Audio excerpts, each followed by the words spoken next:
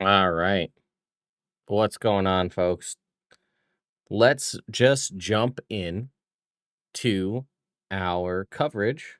Oh, well, welcome, folks. By the way, hey, if you're new here or this is your first time catching a live stream, welcome. If you're watching this later on YouTube, also welcome. Again, we're just going to go through this and kind of talk through everything for the newest Unearthed Arcana, which is the Arcane Subclasses Revised. Doesn't look like I'm on mute. Looks like I'm good. Just checking. Get a sound check real quick. I got it from one person, but I'm seeing me making sound over here. Yeah, I thought so. Check your audio settings. Sound's coming through.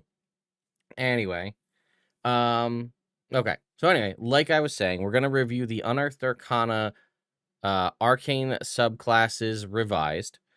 Currently, we don't have a book for this to be in at the moment, as far as we know, because we know the Eberron stuff's coming out later this year. We know the Forgotten Realm stuff is coming out later this year, but that does not include any of the stuff that we're covering in this book, just like it doesn't cover anything that was in the apocalyptic subclasses. We don't know where these things are going, but we also know that this is actually for the arcane classes, their first revision. So we got the first shot at them a little while back, and then this is a revision of them, which is a process that we like to see with Unearthed Arcana, showing that things have continued to grow and they're listening to what we're saying. And I do think a lot of the comments, complaints, and things from the last Unearthed Arcana have updated into this one. And I think generally everything is better than it was. However, I do still think some things need a little bit of work. Could be another Forgotten Realms expansion book. I'm thinking, Iduff, like you brought up here, a Tasha's style book. I would just honestly, I mean, who knows, right? The old regime is gone. So I might just call this Player's Handbook 2 and just take what I would personally do, all the subclasses that either didn't get updated from the 2024 Player's Handbook, like most of it would be all the extra cleric domains, it would be all the wizard classes that we're seeing now in this one, and then everything from like Tasha's and Xanathar's that wasn't updated, give it a 2024 refresh. If it's not going to be in another book, like I think we saw Blade Singer's going to be in the Forgotten Realms book, update those, compile them into Player's Handbook 2, and you'll make a ton of money that way. Everybody will buy that. We don't need to stick with this. It's in the universe. We don't need it to be blah, blah, blah, something of everything. It can just be Player's Handbook 2. And honestly, I think that would kind of be refreshing and sort of a way to really show the differentiation between 2014 and 2024, even though I know they're trying to not accentuate that because they want to make sure everything's backwards compatible. I don't know. I think at some point you kind of just have to. It's like when you leave an old gen system behind when you're making updates for your live service game, right? You say like, okay, it's 2025. I think we can leave Xbox One. We don't have to play content for Xbox One or PS4 anymore. We can just kind of let those go. It's been enough time. I feel like we can kind of start to do that with 2014, but I don't know. We'll see what you guys have to say. I'm hoping the fact that we don't know what they'll be in means they'll take the UA process a little more slowly. I mean, we're seeing that, so I'm hopeful. No, there may be. Well, we don't know about Dark Sun. We just know that there was a book with heavily Dark Sun inspired, an Unearthed Arcana with Dark Sun inspired subclasses. Who knows where that'll go? It could be maybe a Dark Sun book or a Dark Sun adjacent book, or maybe something else entirely. Yes, PHB2 Electric Boogaloo sounds great to me. A PHB extended with 4 subclasses for each class that are not in the 2024 Player's Handbook, and even the Artificer with 4 subclasses would sell faster than they can print them, I think. Yeah, well, we know the Artificer with its, I think, 5 subclasses now is coming in the Eberron book.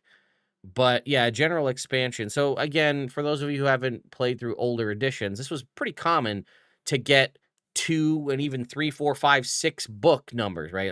Monster Manual 1, Monster Manual 2. Now, that's not saying you wouldn't get things like a Fiend Folio or a book tied specifically to a certain type of creature, but they weren't afraid to just slap on a number. Dungeon Master's Guide 2, right? Things like that.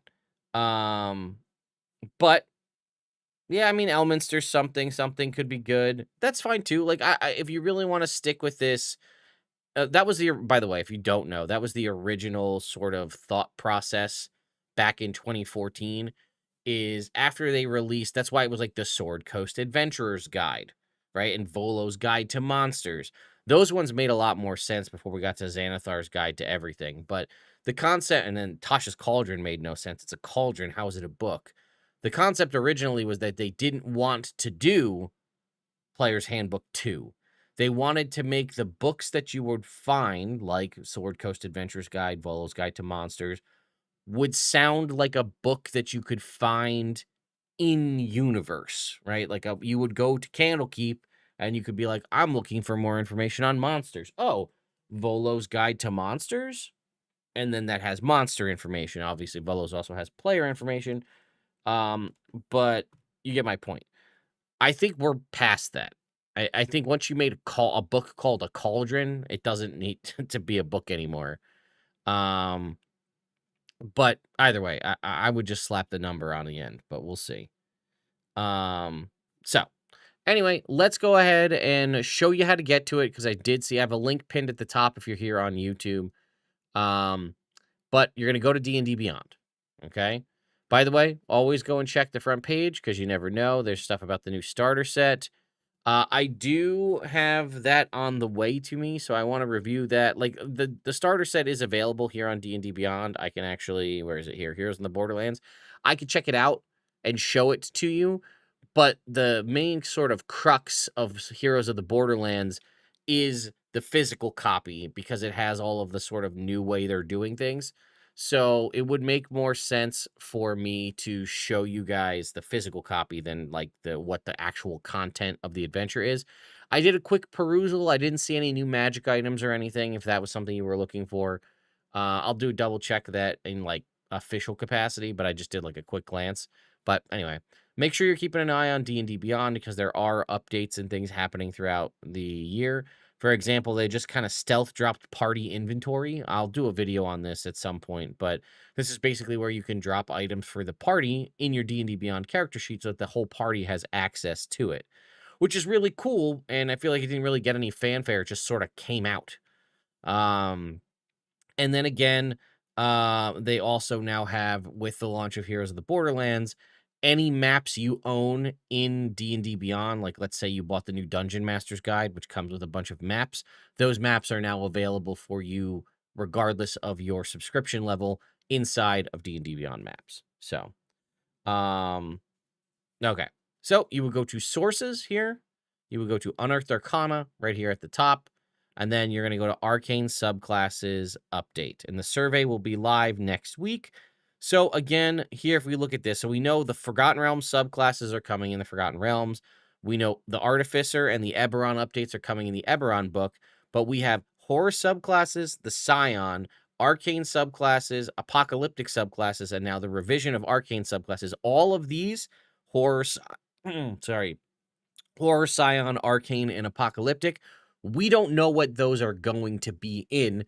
This could be like it used to be back in the day, where they would just throw shit at the wall and see what stuck. So this might just like, it may not be tied to a specific book. We're very used to that, because that's kind of been the mentality, right? Especially with the 2024 playtests. We knew those were going to be in that book, so we knew what was going to happen. And even then there was variation, right? At one point it was going to be the Swashbuckler going into the 2024 Player's Handbook, and they swapped it for the Soul Knife kind of at the last minute. So we don't know where these are going. These could just be playtests to see, like, is there interest in them? Obviously, they must have received enough interest in the Arcane subclasses to revise them. Also, if you look, the Scion and the Horror subclasses were before the Arcane subclasses. So that one came out, and then they've already put a revision in that. I don't know if maybe the comments on them were more easier to sort through to kind of figure out. Because I got to be honest, right? The Scion is a whole new level 1 to 20 class. There's a lot to try to figure out balance wise. Whereas updating for a lot of it existing subclasses rather than creating brand new subclasses, updating existing ones has to be an easier process to meter out your balance changes, right? We already know the transmuter and all these other things. We're just going to update those to fall in line with the other subclasses that are similar to that. So I'm assuming that process is easier, which is why we got an Arcane Subclasses revision before we got the Scion or the Horror subclasses. Or they're looking to put the Arcane Subclasses out sooner, so they want their second round of Unearthed Arcana. Another thing to consider, if you were unaware, is we're getting DLC, if you will, with the Forgotten Realms, right? So if you were to go take a look at the Forgotten Realms, there are 3 sort of DLCs coming with this. We have... Do they list them here? They don't. So obviously you have the 2 Forgotten Realms books. Also received the Atlas of Faerun, a digital map of the entire Faerun continent for D&D Beyond Compendium and maps. Oh, okay. I don't know if that was always a thing that was going to come out, but now we also are going to get a full digital map of the realms, which is pretty cool. Oh, here it is, right? You get a Baldur's Gate 3 digital map pack. That is also new. I think that wasn't in there before. Here are we're gonna have Astarion's Book of Hungers, a digital expansion with new vampire-themed player options, monsters, and adventure content written by Astarion himself. Netherill's Fall, a digital expansion where players can explore the Lost Netherese Empire and traveling adventures, and a secret third digital expansion that we don't know yet, setting to be released in November. These are all releasing in November, by the way, all 3 of the digital ones. We're getting Astarion on the 11th, the Netherill book on the 18th, and the third secret one on the 25th. So we're actually getting all 3 of those in November, alongside this book coming out in November as well. So you're actually just getting a ton of content for the Forgotten Realms all in one. But who knows, right? The third secret digital expansion could be Arcane Subclasses, right? That may be why they wanted to revise it again, for all we know. But we could see these things. That also may be why we're seeing so much more Unearthed Arcana, because they're not opposed to doing digital only drops. Now, be on the lookout, because sometimes they've done these like digital drops that they then offer a print version at some point, like usually through print on demand via D&D Beyond. But having talked to the devs on this, the concept is what would probably have been like a sidebar, like the Astarion like vampire content. Like, if you were to try to pack that into the already existing book, that would likely have to be like a small half a page section, maybe a sidebar, something like that. And then the aspect of doing these sort of digital drops allows them to basically make a whole piece of content, $15 piece of content separately, that you can just get, that's going to give you a lot more than if they were to try to print it. Because that'll expand the overall size of the book if you were to add all the content you wanted in, and it maybe is not enough content to make an actual book, so they're going this digital avenue. And I'm sure this is going to ruffle a lot of feathers and piss a lot of people off, and I'm sure it already has, but I'm for this. I like this. I want more content, and if this is the only way I can get it, and listen, I mean, I'm going to be frank with you. I don't know the last time I picked up a physical book. Like, I have all of my books, and I love my books, without a doubt, but I'm always at my computer or on my laptop, or on my phone. So I'm always using the digital stuff because it's just easier to access for me on the general. So yeah, I don't know. Let's see. I guess it's Chultz, and I bet it's gonna have Sorials in it. That would be very cool, Skippy. Honestly, DLC is something I actually want.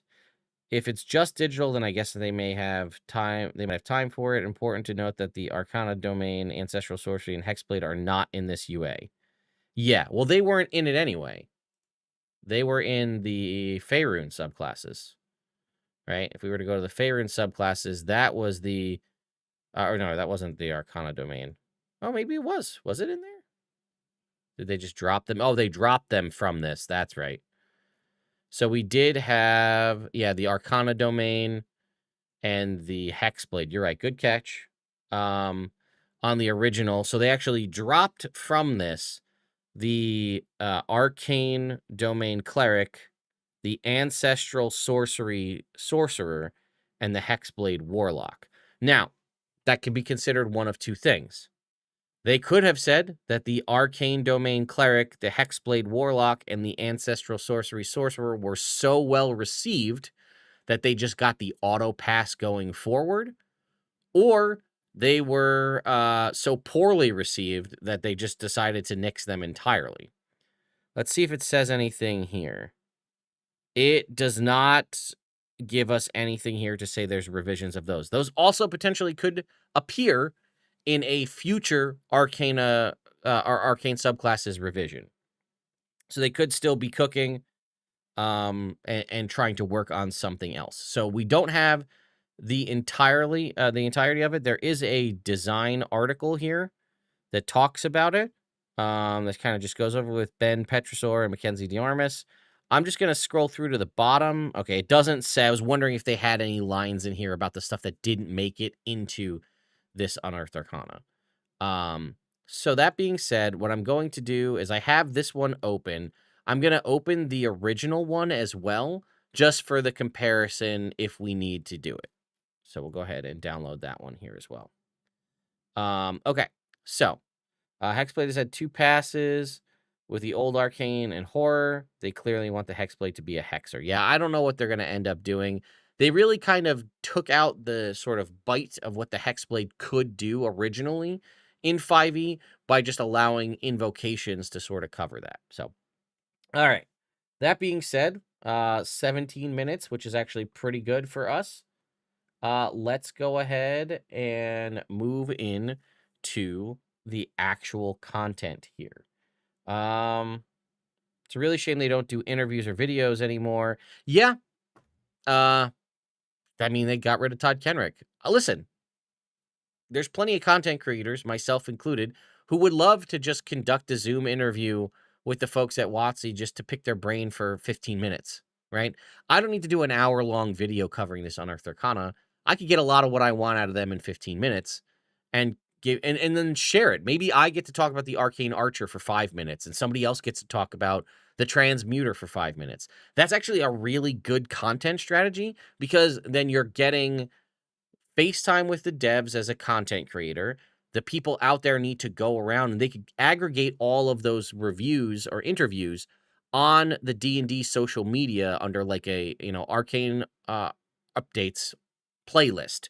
And it's like, okay, whoever does, then to just put them in order, right? So Ted releases his Arcane Archer Fighter video. Boom. It comes out. It gets shared on the main D&D social media. It gets added to that playlist. And then somebody else does the next one and whatever. And that's actually like a really smart idea to like help give back to the community a little bit. Let the creators get a little bit of that one, face-to-face time.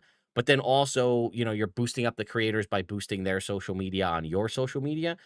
And then also it's a great way, especially if you cast a wide net to who you grab, to boost up unknown or lesser known content creators by saying like, hey, I'm going to go look at all these videos because I want to watch the interviews to see if they give any insight behind what's going on. And you might learn about a new content creator you didn't even know about. Myself included may learn about somebody new, right? Somebody that's out there that we didn't know about that covered, the Transmuter or the Enchanter or what have you. Seems like a pretty smart idea. That's what I would do. And then maybe you even give somebody a general, like an extra one. You get somebody to cover each of the subclasses. And then you get somebody else to do like a general overview that is like, hey, I noticed that 3 of the subclasses from the last Unearthed Arcana didn't make it into this one. Can you talk about what that process is? And maybe they don't go into it in direct, like, here's what the feedback was. But that kind of goes more to that transparency conversation that we're having, right? Maybe we learn through the course of that like, yep, we heard your feedback and we think the Hexblade needs another run, so we pulled it back. We didn't put it in this one or whatever. And also just talk to us about the process of how things make it in or make it out. Is this that stuff that Jeremy was talking about where like if it hits 70%, it goes forward no matter what? Or like whether or not it has to get some updates, whether it has to go back to the drawing board completely. Is that still the process? That's the last thing we heard. But an interview just talking about what that process is like and how you determine what makes it and what doesn't would be very informative to us. And I think a lot of us would love to know what that's about. So I don't know. I think that would be really cool. Um, so, um, let's see. I really think they should give up on Hexblade and make more invocations. Yeah, I agree. I think invocations you could do a lot with. Um, so anyway, let's go ahead and move on to our first subclass here, which is the Arcane Archer. So we have a little bit here of design notes. Curving Shot has been revised to use the same ammunition, but a new attack roll. Magical Ammunition is a new feature that grants magical effects to your ammunition. I very much like this. Ever Ready Shot is now available at later, but always regains one expended arcane shot die. Arcane Burst is a new feature that grants an additional effect to Indomitable, and Masterful Shots has been redesigned to allow you to reposition and attack. Okay, so level 3, Arcane Archer Lore, you're going to get Druidcraft or Prestidigitation, and you're going to get Arcana and Nature skill proficiency. If you already have one, you can gain proficiency in a different skill. Let's go ahead and look at what we had. So they also had previously, and oh, that's Arcana domain. Here it is. Arcane Archer. Same. Okay, that's the same. Arcane Archer lore is the same. Arcane Shot, you learn 2 Arcane Shot options of your choice. You learn an additional one at 7, 10, 15, and 18. Each time you learn a new shot, you can choose to swap one out. Once per turn, when you make a ranged attack using a weapon with the ammunition property, you can apply one of your Arcane Shot options to said attack. You can use this feature intelligence modifier times per short or long rest. It starts as a D6. It's the proficiency, or if you need to make a saving throw, it's based off your intelligence modifier, and the die increases at 8, 10, 10, 15, and 18. I think that's the same. You got 2 shots, 1 additional one. Once per turn, you can make a ranged attack. Intelligence modifier times for short or long rest. Yeah. Okay. So they had those just basically being the updates here, which was kind of dumb. These were like really pointless to have them. That was just your level 10, 15, and 12 ability was all that was, just it increases. So now they kind of built that into a function of Arcane Shot, which I very much agree with. Jasmine, I think the base Warlock needs an invocation for medium armor. Light armor isn't that good since they aren't dex based, and Armor of Shadows isn't good. Yeah, I mean, I agree. You know, that was kind of also one of the benefits of Hexblade, right? Was you got the medium armor proficiency. Can you make your armor your pact weapon? They should just make a pact armor, right? That could be a whole separate pact, right? You have Pact of the Blade, Pact of the Chain. Maybe you call it Pact of the Shell, Pact of the Bulwark, whatever you want to call it. Make a pact armor actually would be very cool. And then like you could have, maybe that starts off by giving you medium armor, and then you know how all of the pacts get like an upgrade later on. Maybe that could be heavy armor. Maybe that could be, you increase your dex bonus. You don't have disadvantage on stealth checks. Maybe it gives you heavy armor. That would actually be really cool. I would actually like that a lot.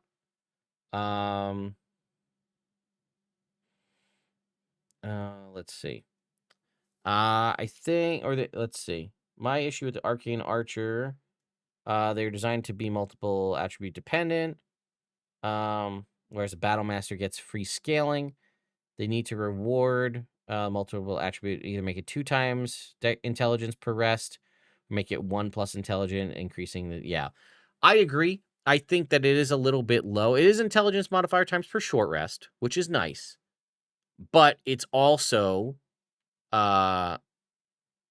it's your whole thing is that you can do this.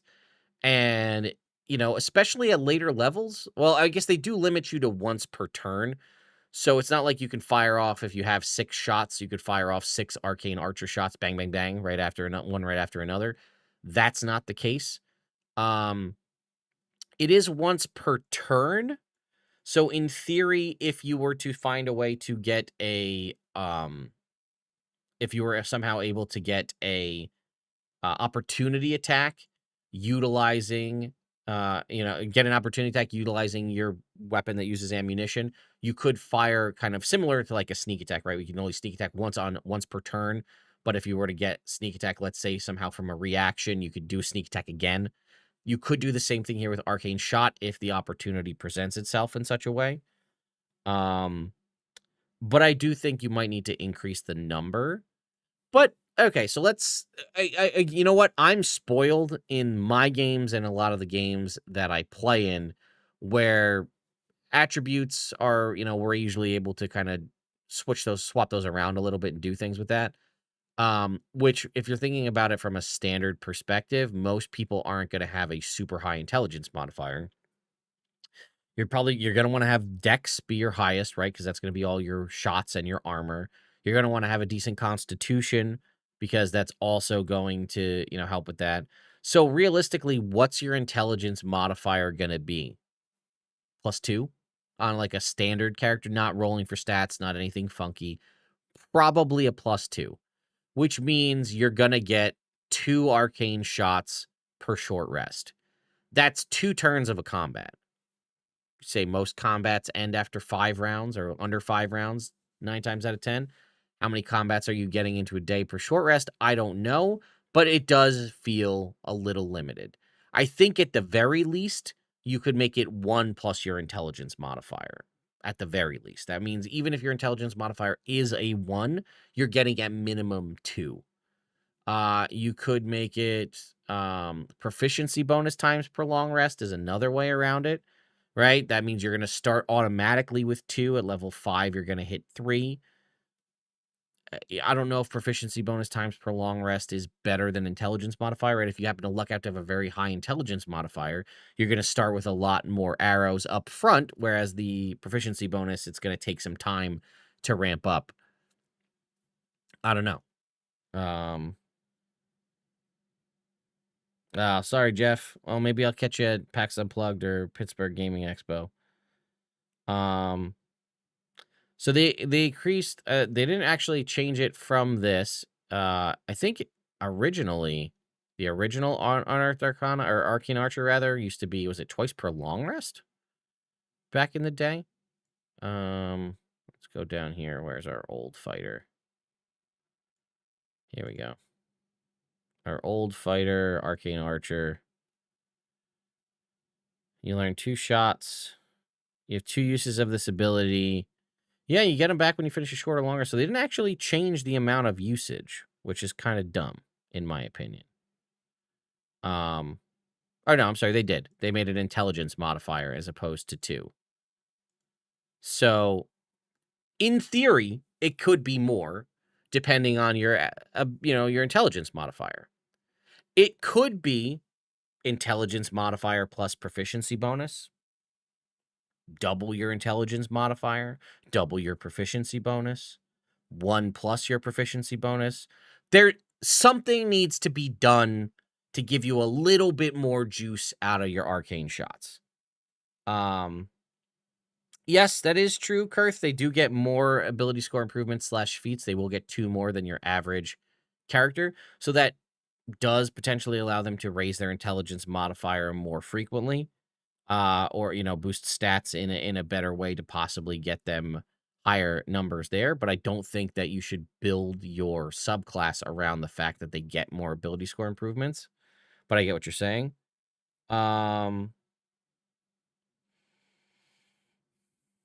It needs something, right? It's at least 1 plus.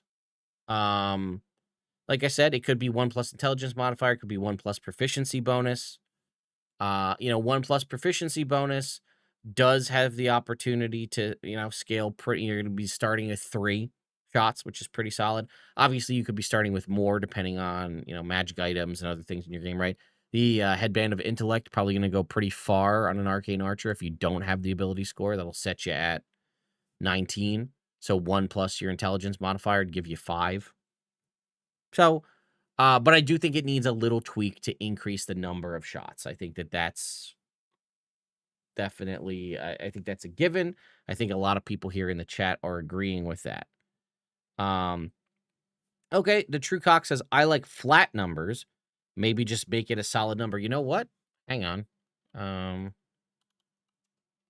I did this the last time, but we'll go ahead and do this because Baldur's Gate 3 has an Arcane Archer. And I think theirs was more as well. Baldur's Gate. Now, granted, this is a video game, so take that with a grain of salt. But they get Arcane Archer in Baldur's Gate. First of all, also isn't limited to 1 shot per turn. They're limited to the number of shots you have. They start with 4 shots at level 3. It goes up to 7, 7 arrows. Yeah, sorry. So let's see. 3 shots, my mistake. 4 arcane arrows, 4. I'm mistaken. 4 at level 3, back on a short or long rest. 7 at 7, 10 at 10.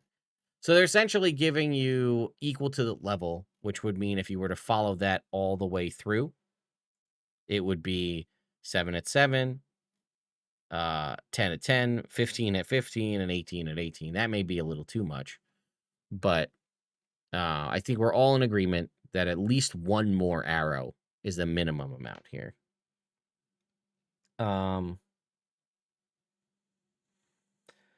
They could also just make it to where intelligence is used for bows and crossbows. I would take that a step further, Pixel Gaming, and say you could have just made them similar to, what the Hexblade was, and just have them be able to use their intelligence modifier with ranged attack weapons that use ammunition. So that covers bows, crossbows, and guns. Because technically, the Arcane Archer can be used with firearms, which are now part of the player's handbook, because it just says a ranged weapon that uses ammunition.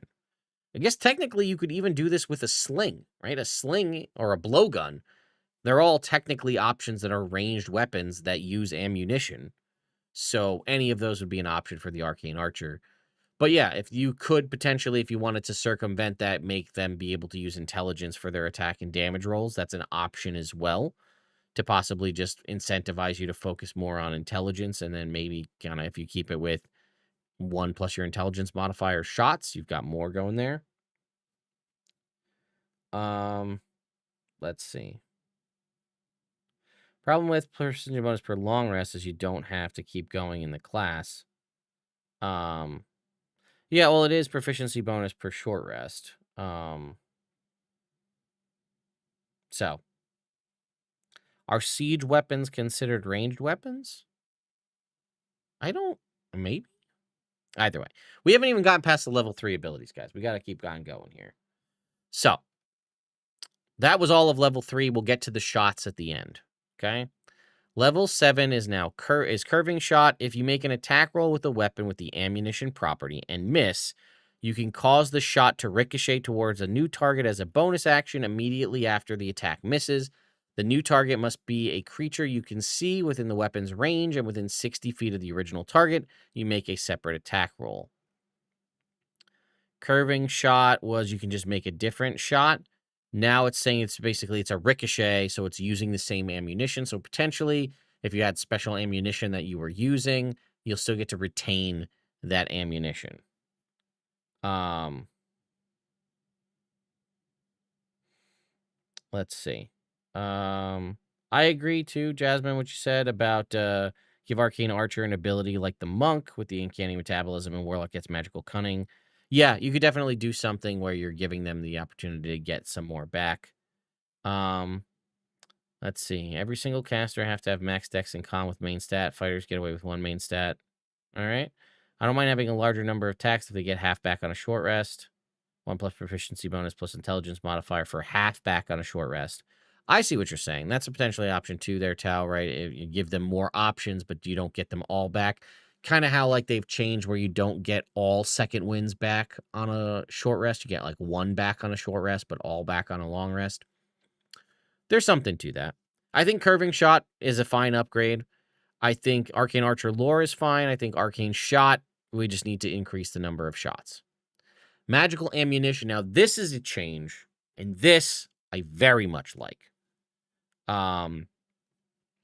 You learn to imbue your ammunition with magical properties. As a magic action, you can imbue a piece of non-magical ammunition with one of the following magical properties and fire it at a solid surface so you can see within the weapon's range. On a hit, the ammunition's effect activates and the ammunition attaches to the surface and then does whatever it's going to do. Once you use this feature, you can't use it again until you finish a short or a long rest. You can also use this by expending a use of your second wind. There's another potential option there, right? We already have something there with expending second wind. Possibly there's an option there to get more arcane shots back as well. But first up, you get Darkening Shot. So you fire this at an object, solid object, it sticks. Magical shadows fill a 15-foot emanation originating from that piece of ammunition for a minute. Non-magical flames in the emanation are extinguished, and creatures in the emanation have a -5 to perception checks and passive perception. Now, you don't necessarily get to see through that magical darkness. Well,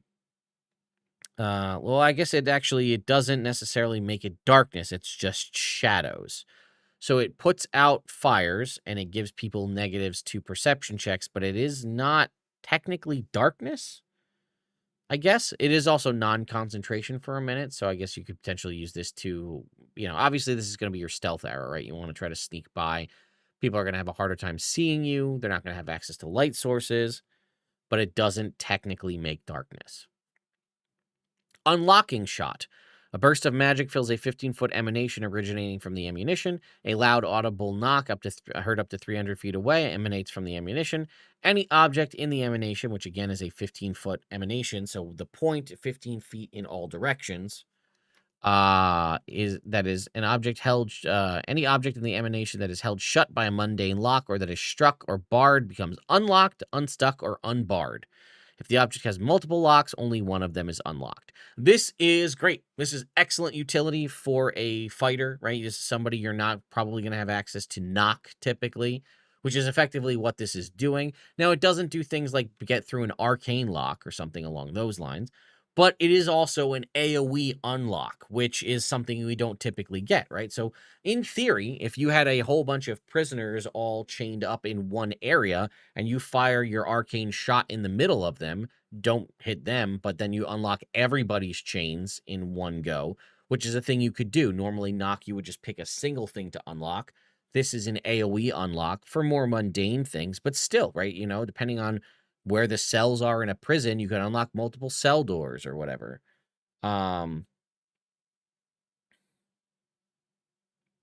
But yeah, unlocking shot is fantastic. I really like that a lot. And then Vine Shot, also really cool. A 60-foot long vine grows from the ammunition. You and other creatures can climb it. It withers away after 10 minutes, right? You need to get up an area. Let's say you're at a point, you're level 7, so your casters probably have access to flight by this time. But maybe you're dealing with, not everybody has flight. Maybe you're dealing with trying to move, commoners or NPCs that don't have access to flight, and you don't have a means of give everybody flight. Making a 60-foot long ladder that lasts for 10 minutes, but then also disappears after 10 minutes. It's pretty cool. I really like magical ammunition. I think it's an excellent flavor option, but it also has some really cool utility. So, Ever Ready Shot now comes online at level 10. When you roll initiative, you regain 1 use of Arcane Shot. Previously, you got Ever Ready Shot at level 7. That was when you roll initiative and have no uses left, you get 1 back. The benefit here is you get 1 back regardless. So even if you have some, you get 1 back. Previously, it was if you were expended, you only got 1 back. This is better overall, right? It does come online a little bit later. Having it at level 7 was nice. It's a free shot every time you roll initiative. So, if you don't expend all of them, you get an extra 1 back. This is a market improvement over the other one, but you're going to get 1 back no matter what, right? Which is nice. I still think it needs something else. I think magical ammunition is fine at level 7. I think it's okay. That, if you look at kind of what it can do, right? So knock is a 2nd level spell. You would get that at 3rd level.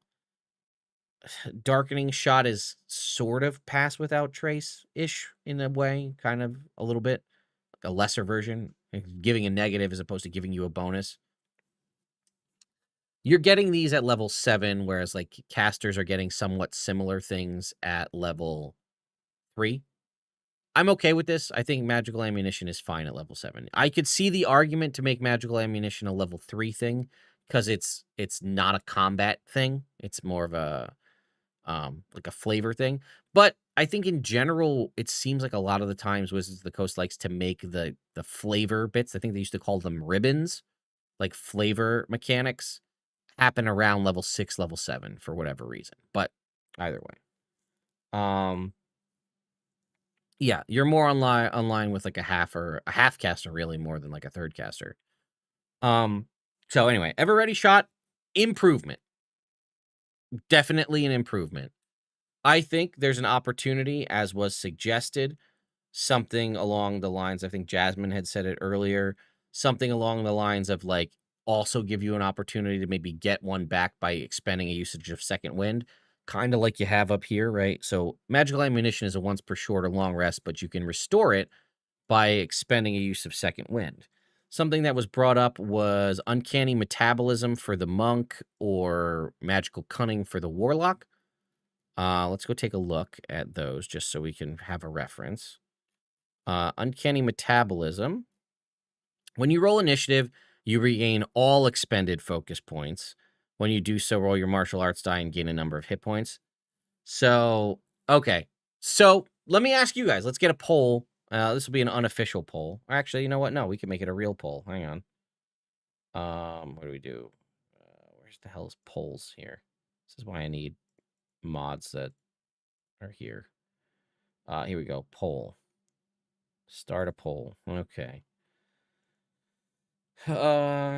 What kind of recovery mechanism do you want for the Arcane Archer? We'll go, what do they call it? Ever Ready Shot. X uses back. I'll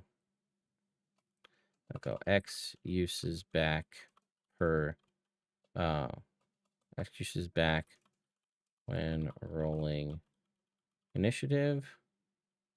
All uses back when rolling initiative.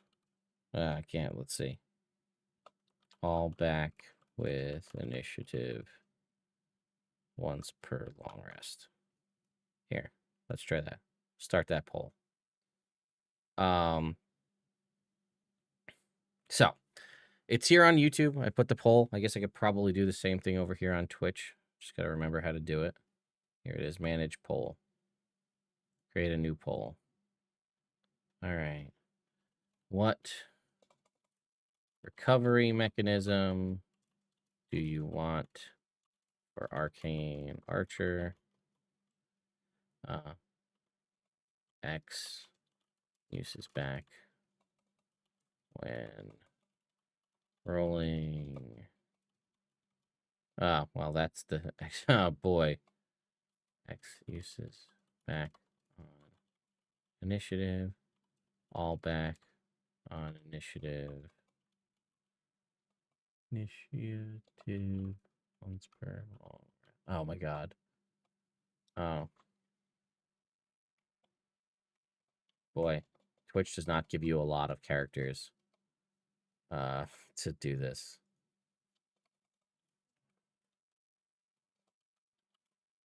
There we go.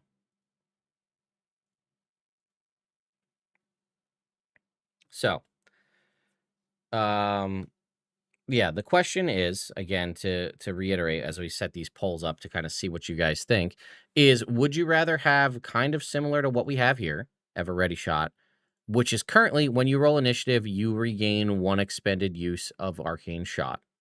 Or maybe we increase the number. There's also some things that have like, if you roll initiative, you get X amount.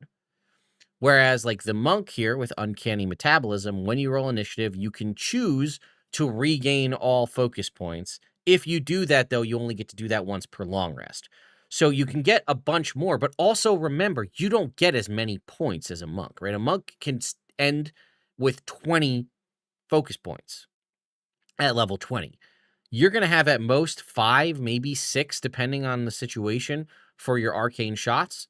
So get more back every time you roll initiative, or get them all back one time, which would, in theory, if you get them all back one time, is going to have you spending a lot more to sort of, you're going to go all out because next time if you need to, you can get them all back real quick, which is maybe not a bad thing. But you could say, like, this is currently 1 back. Maybe it should be 2. Because the thing is, right now, it is only your intelligence modifier number of shots. So you can't make it your intelligence modifier every time you roll initiative. Because if you were to do that, then you're going to get them all back every time you roll initiative.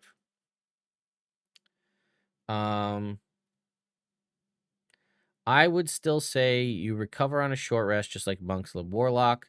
That just helps as once per day. Oh, you say, yeah, well, you still get them all back on a short rest currently. Okay, so I'm seeing, let's see. Let's view some results. Here over on Twitch, we've got X, on Twitch, we're getting X uses back on initiative is winning. And here on YouTube, X uses back when rolling initiative is also winning.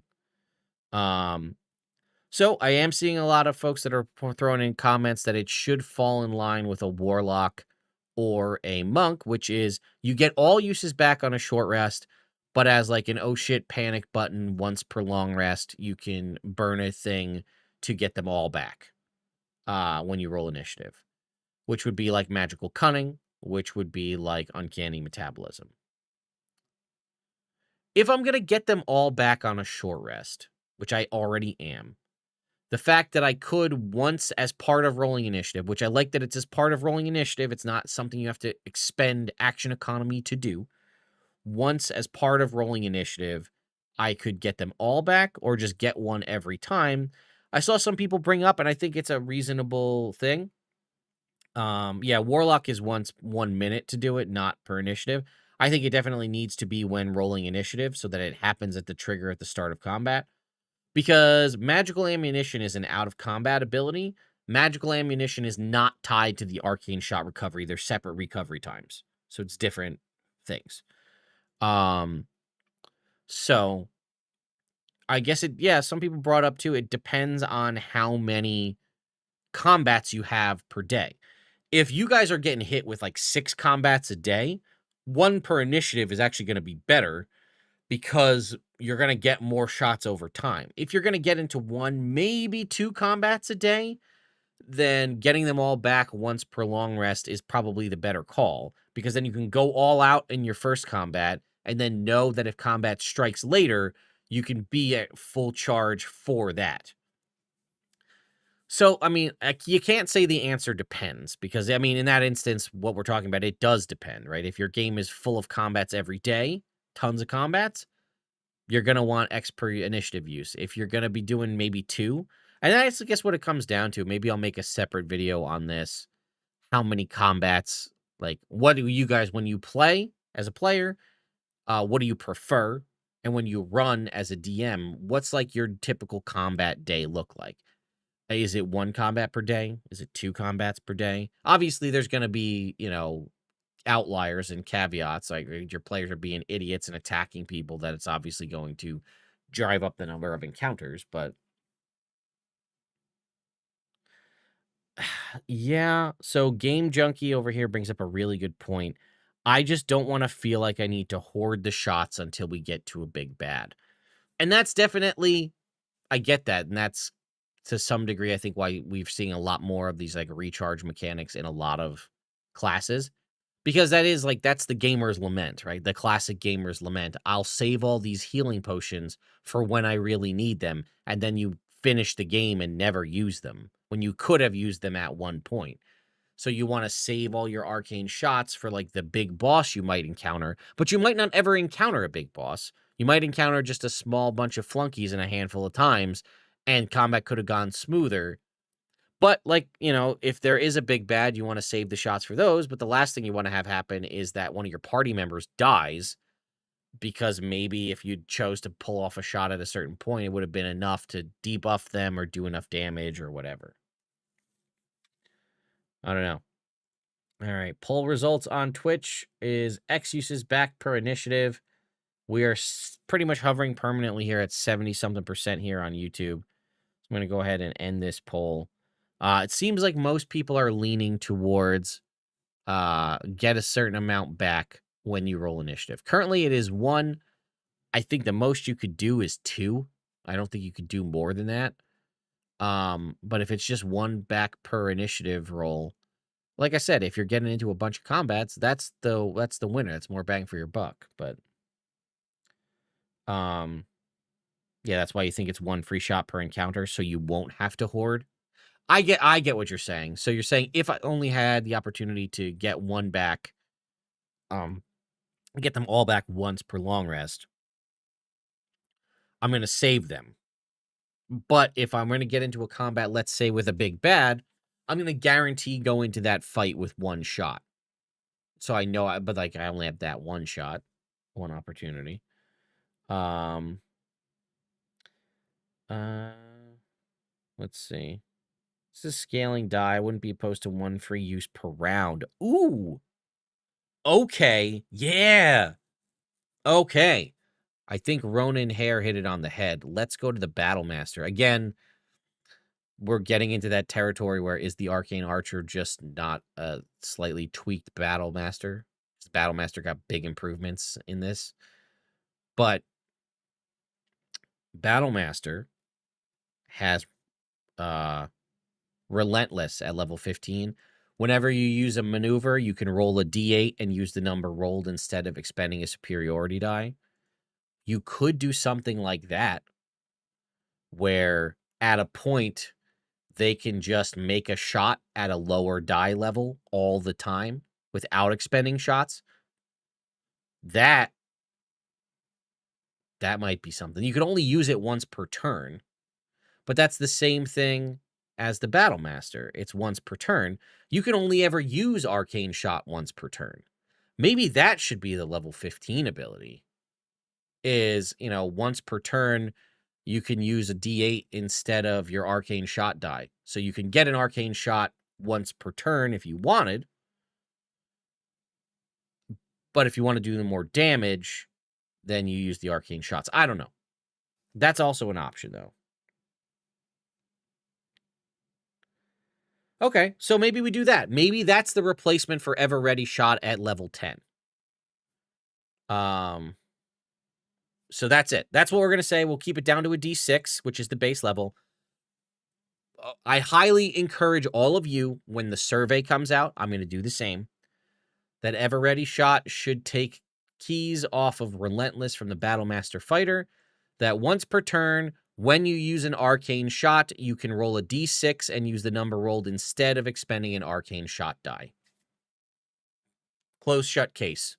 I think you still have your shots if you want to save them. You're going to get a free one every turn.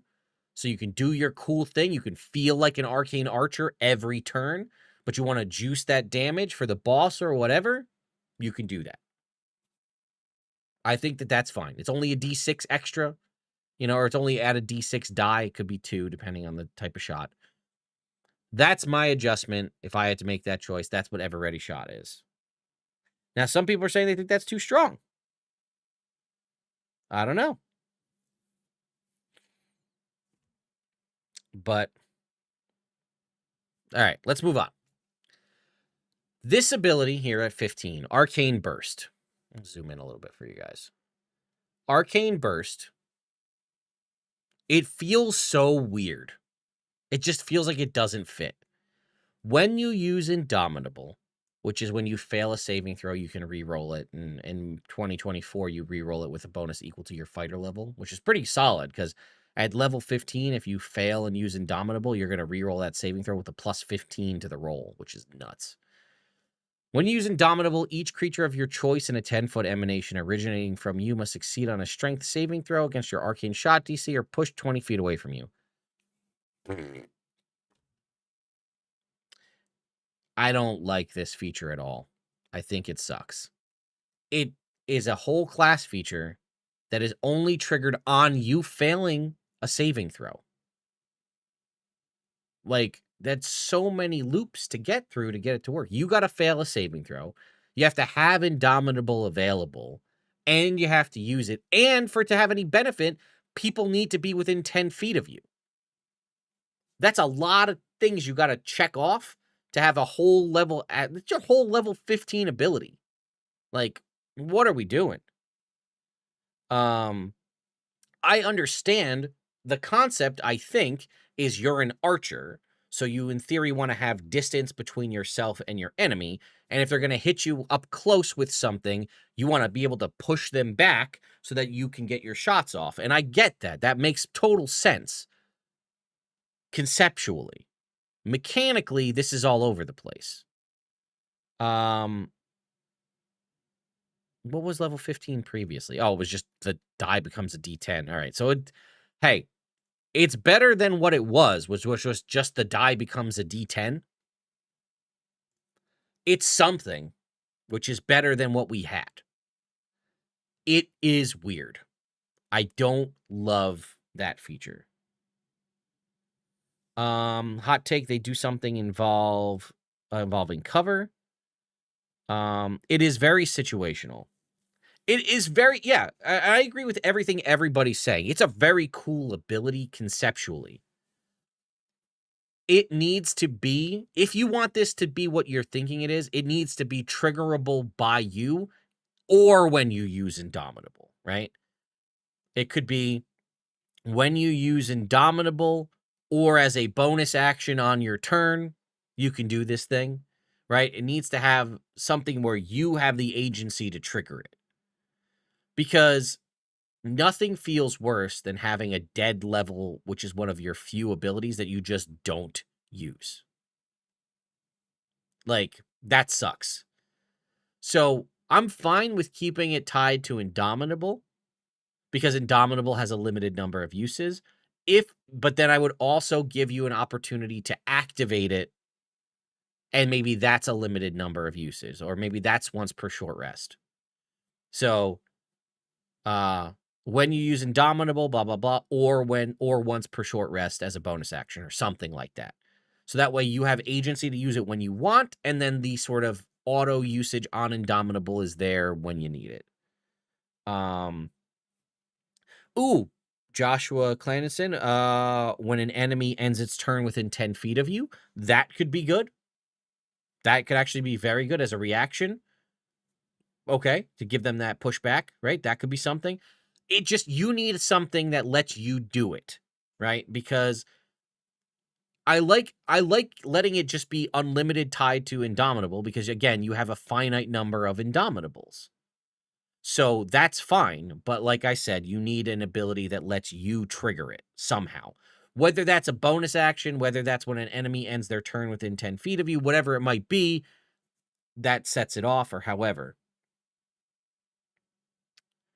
Yeah, I know 18. I know what 18 is. It's a similar thing, but let's go ahead. Let's jump up to level 18 because it is going to kind of do a similar thing. But level 18 is when a creature you can see misses you with an attack roll. You can use a reaction to move up to half your movement speed away from the attacker without provoking attacks of opportunity. And then you can make a ranged attack roll against that attacker as part of that same reaction. What's also interesting is it's when a creature hits you with an attack roll. So even if they shoot you with an arrow or an Eldritch Blast, you can still use your reaction to move half your movement speed away from them. Even if they're 120 feet away from you, you can still move away and then fire back in a shot as a reaction. Now, one thing that I think is that this should also benefit from your Arcane Archer shot without like expending a use of it. Personally, that's what I think is that, like, that should be tacked in here. You could then make a ranged attack roll, and use an arcane shot without expending a usage of it, because I think that's kind of cool where that all works together. It is a very cool reaction as it is. You may not even need to juice it because there's also nothing saying you can't. Because again, remember, it's once per turn, as we said. Arcane shot is once per turn.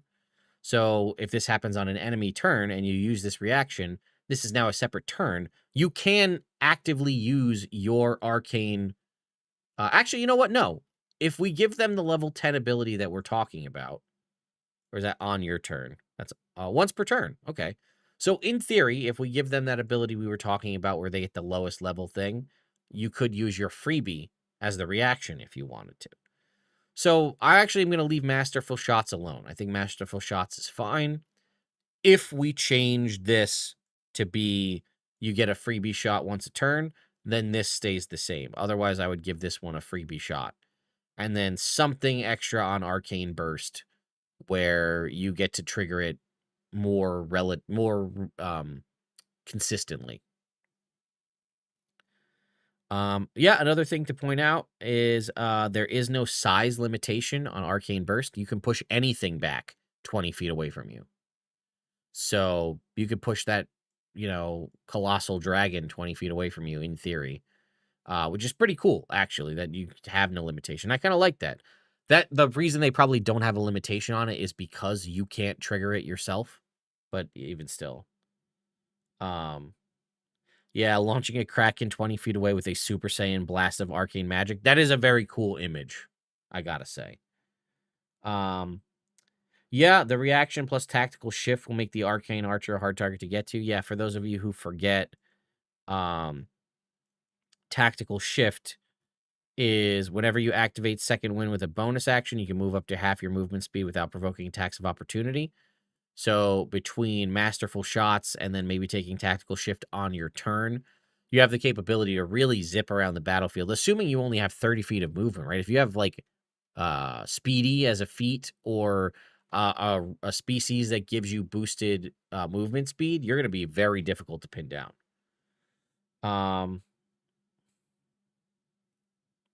So let's go ahead and look at the shot options here.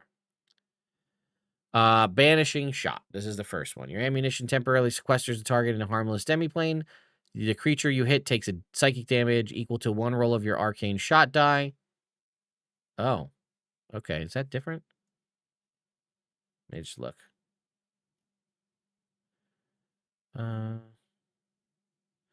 Creature you hit takes additional psychic damage equal to 1 roll. Yeah, okay. So they're going to take the damage you would normally deal to them and take an additional psychic damage equal to 1 roll of your arcane shot die. You must make a charisma saving throw or be banished. While banished, they're incapacitated and have a speed of 0. At the end of their next turn, they reappear in the space they left. So that looks to be the same. Beguiling Shot is 2 additional rolls of the arcane shot die of psychic damage. They make a wisdom saving throw or be charmed until the start of your next turn, treating either you or somebody else within 30 feet of you as the charmer. The charm target ends early if the charmer attacks the target, deals damage to it, or forces it to make a saving throw. Again, maybe you have somebody that's pure support and healing only. You could make them the charmer, so they're not actually going to force them to make saving throws. Well, you could continue to because the charm condition only ends if the charmer attacks the target. So if you pick somebody else and then you continue to attack them, it doesn't end the charm. Bursting Shot. Immediately after you deal damage to the creature, your target and each creature within a 10-foot emanation takes force damage equal to 2 rolls of your arcane shot die. Believe that's the same. I don't think any of these were 3. Let's just check. Yeah, okay, cool. Enfeebling Shot, the creature takes the normal damage plus 2 rolls of necrotic damage.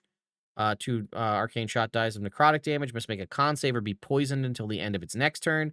Whenever a target poisoned in this way hits with an attack roll, it subtracts an amount equal to 1 roll of your arcane shot die from the total damage. Again, this may be the one where if we're doing that concept where you get the freebie once per turn, this may be the one you want to use the D12 on so that they take D12 negative damage. Grasping Shot. The creature takes additional slashing damage equal to 1 roll of your arcane shot die. Must make a strength saving throw or be restrained for a minute. And then that creature or a creature within reach can make an athletics check as an action to try to break out of it, to break the restrained condition. Piercing Shot. You don't make an attack roll. You shoot in a line 30 feet long, 1 foot wide. It ignores cover as it phases through solid objects. Each creature in the line must make a dex save.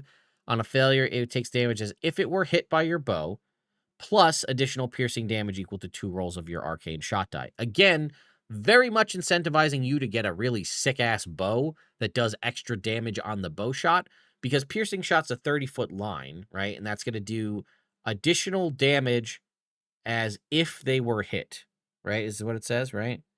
Damage as if it were hit, plus additional piercing damage equal to 2 rolls of your arcane shot die. Now, this obviously can't crit, because unless you have some means of auto-critting, which would be a whole wild other thing, would be very cool if you had a means to do that. And you're like, well, I could use my auto-crit, so if I were to hit. But either way, if you were to get like the Bow of Conflagration or one of these other bows that stacks damage, or like a Vicious Bow or one of these other things, you give yourself some solid damage boosts. This becomes a very powerful ability, because not only is it going to take that extra damage, also 2 rolls of your arcane shot die. Seeking Shot, you don't make an attack roll. Instead, choose a creature you've seen within the last minute.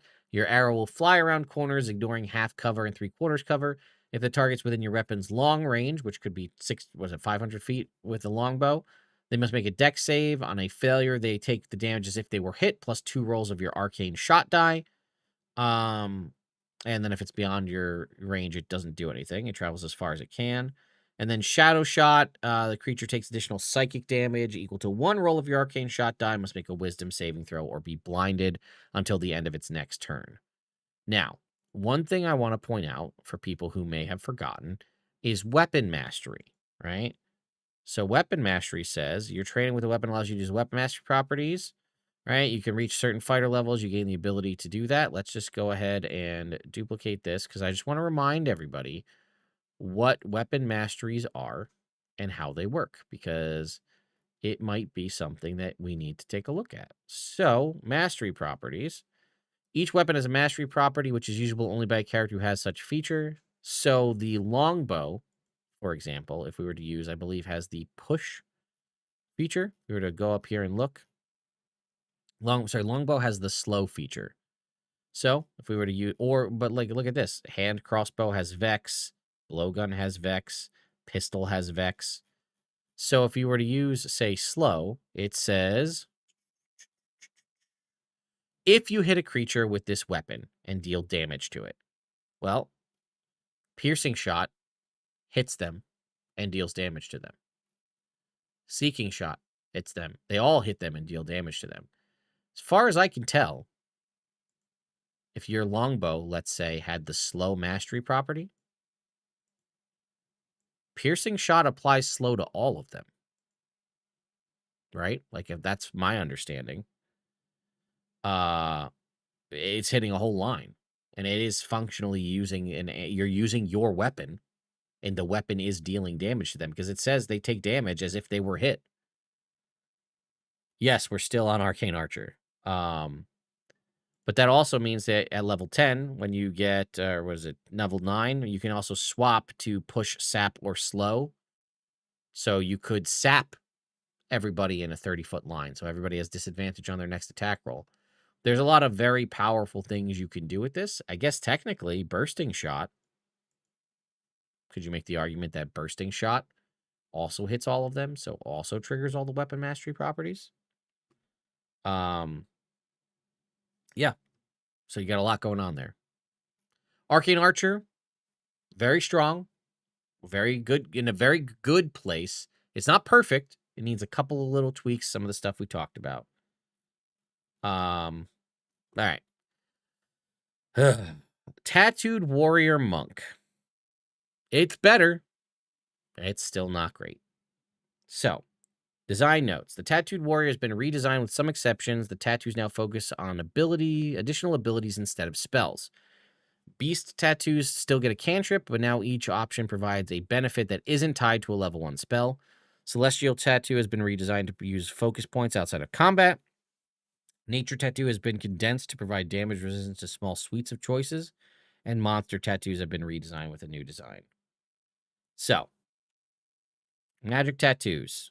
All right. You gain Magic Tattoos. You use your Wisdom modifier for any saving throws are tied to it. And when you finish a long rest, you can reshape one of your Magic Tattoos, changing the option you chose to another one from the list from the same list. So you can't choose to change a beast tattoo into a nature tattoo. You can only change them within the same group. So beast tattoos, bat gives you dancing lights and blind sight out to 10 feet. Butterfly gives you light. And when you make a high jump, you can use dex instead of strength. Crane gives you guidance. And if you miss with an attack from Flurry of Blows, you have advantage on the next attack roll. Horse is the message cantrip, and when you expend a focus point to use Step of the Wind, you increase your movement speed by 10 feet. And Tortoise is when you get Spare the Dying, and when you spend one focus point to use Patient Defense, you get a +1 AC until the start of your next turn. Okay. So I like the benefits of a lot of these. Just like they give you a cantrip, which is fine. Right? Crane is going to be probably a big choice because it's going to give you guidance. And this ability is just beneficial when you miss with an attack roll granted by Flurry of Blows. You have advantage on the next attack roll. That's just an always-on useful thing. Blindsight after 10 feet, also very useful. The high jump using dex instead of strength is kind of redundant, I feel like. But horse and tortoise, right? If you're going to use Step of the Wind or Patient Defense, they're going to give you bonuses to them. Okay. Celestial Tattoo. Okay. This is, you get one of these here at level 6. Comment. When you take the search action, you can spend a focus point to add a martial arts die to the number rolled on the wisdom check. Sucks. Eclipse. When you take the hide action, roll a focus die to add it to your stealth check. Or martial arts die to your stealth check. Okay, fine. And then Sunburst is the same thing for the study action. This is another future video I'm going to make. How much are people actually using search and study in combat? I feel like almost every table I've ever been at, people let people just make perception checks for free. Technically, it's an action. We all know this, but everybody just lets people make perception checks for free. Same thing with like study checks is a similar concept. Without having like knowledge checks having any sort of an actual benefit, I don't feel like people are using the study action in combat very much. So I think both of these are kind of pointless. Eclipse is very useful. If you're going to use the hide action, you can just boost up your stealth check. That could be very beneficial. I think Comet and Sunburst are kind of throwaway to me. Correct. And let's go back and look. It's better than what we had, which was to cast Find Traps, the worst spell in the game. Lesser Restoration, Invisibility, and Mist. These are okay, but you're like this. The old Tattooed Monk was falling into the trap of the original 4 Elements Monk, where it was making you spend points to cast spells. It's better than it was. And Eclipse is good, but Comet and Sunburst are kind of throwaway. Nature Tattoo, what the fuck are we doing here? Why did we do this? You get 1. Choose a resistance of this type, cold, lightning, or thunder. When you finish a short or long rest, you can use or you use Uncanny Metabolism, you can change it. Volcano, acid, fire, or poison.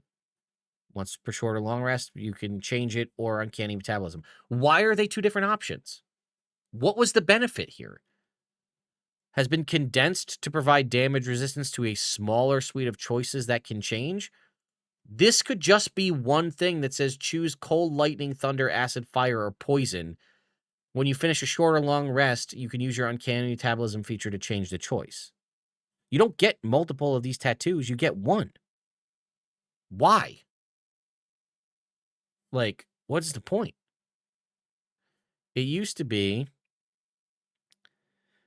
these would say, okay, you got as a magic action, you can expend focus points to give yourself resistance to the damage and advantage on a saving throw. This is terrible. So choose an action to do that. This is better.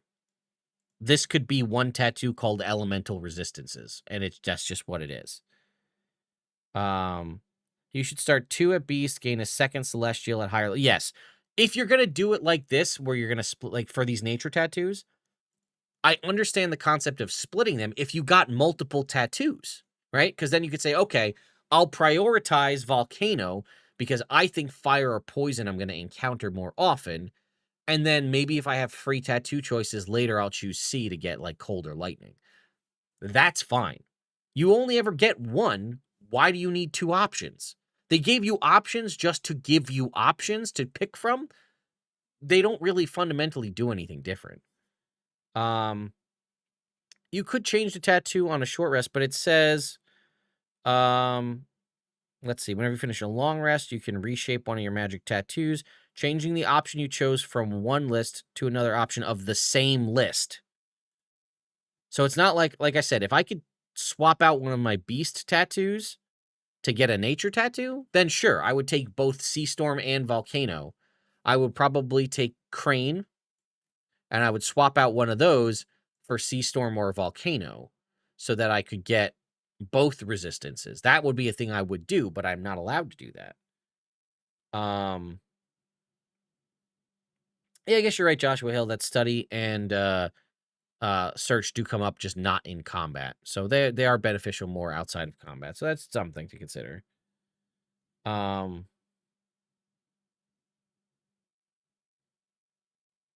Yeah, correct. Skippy, I agree. Saying that basically this is kind of unplayable because if you swap it on a short rest or when you use Uncanny Metabolism, you're still limited to the 3 you have. If this was all one option, you could really change it to fit the scenario if you had all 6 options.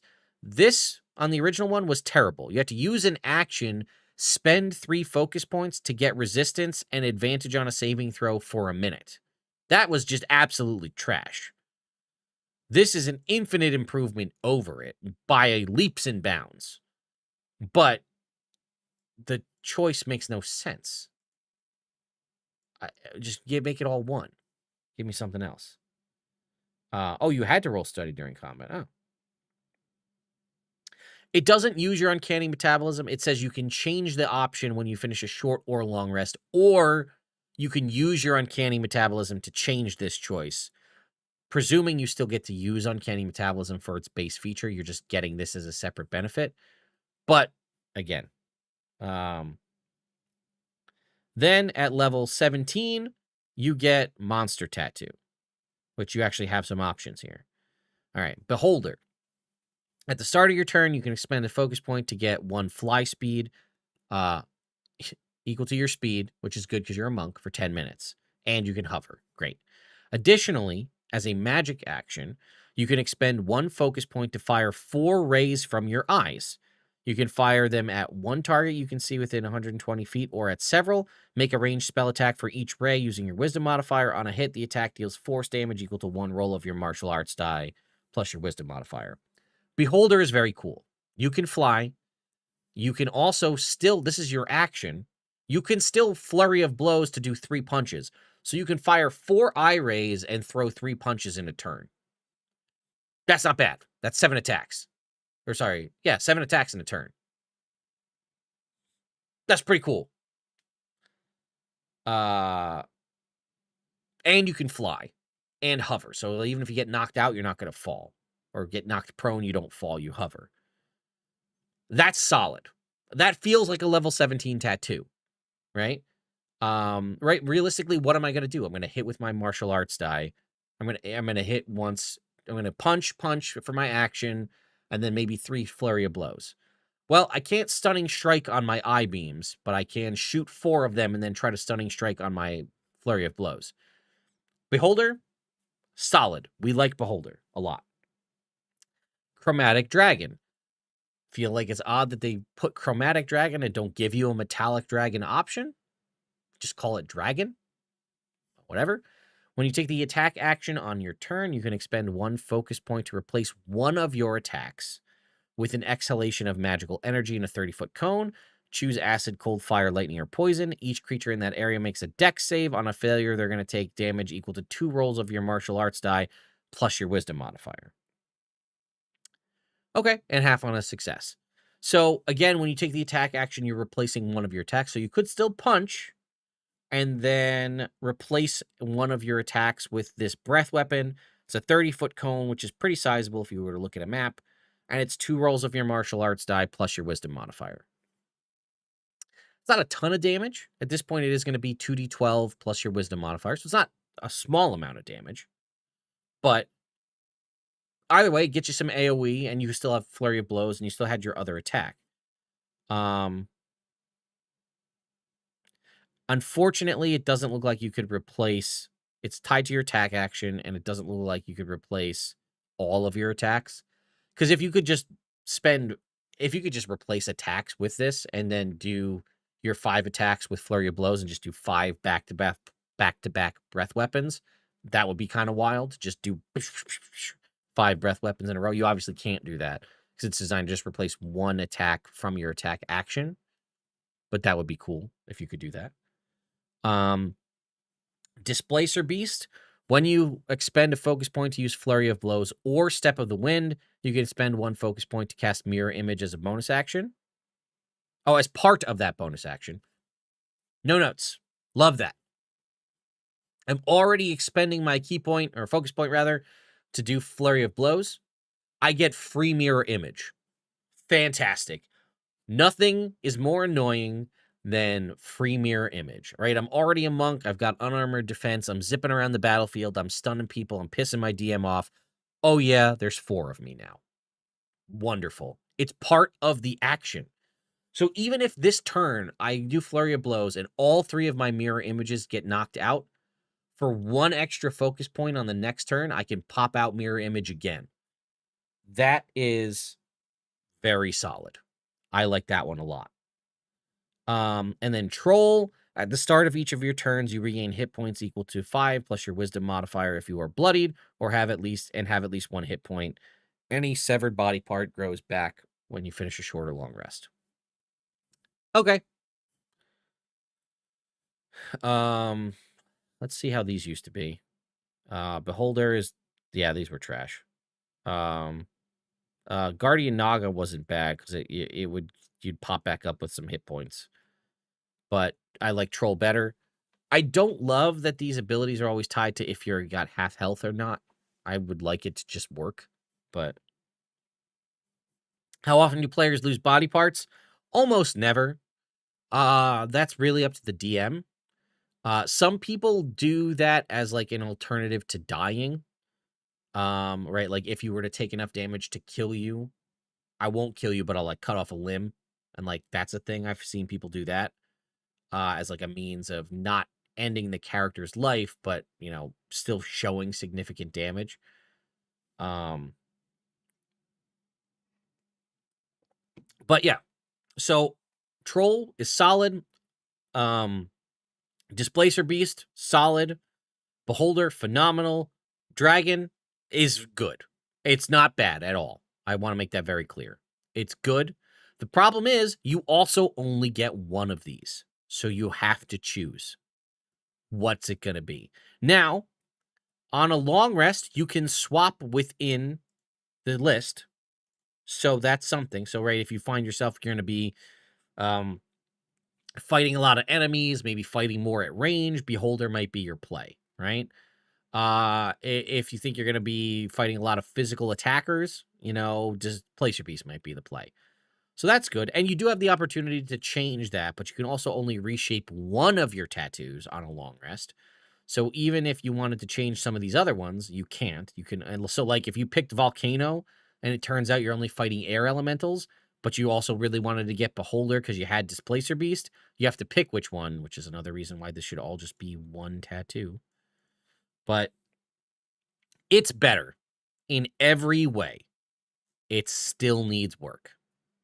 Right? I think we can all agree on that.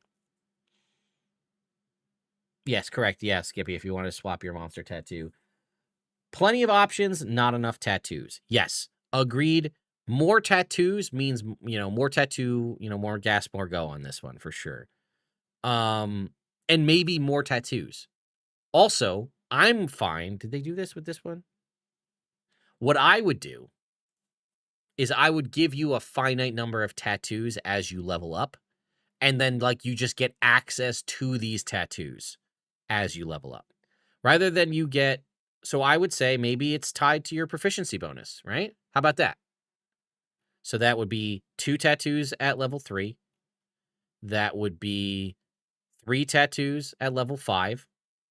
That would be 4 at level 9. 5 at 13. And 6 at 17, right? So that is on par. And actually, you'd get some a little bit before you would have these. So you would just do that. And then you say, okay, at level 3, these are your options. At level 6, you now gain access to these options. At level 7, you now gain, or at level 11, you gain access to these options. 17, you gain access to these options. So if I wanted to, and then I'm allowed to change one on a long rest or anytime I get a new tattoo, I could have Beholder and Displacer Beast if I wanted. I don't see any downside to having both. It's a lot, but you're going to be spending a bunch of points to do these transformations.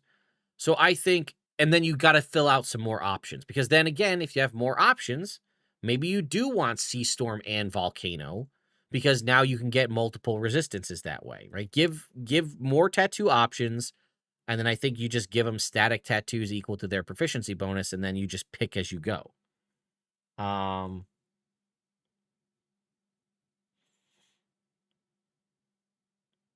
They need a feature that lets them swap tattoos when they do uncanny metabolism.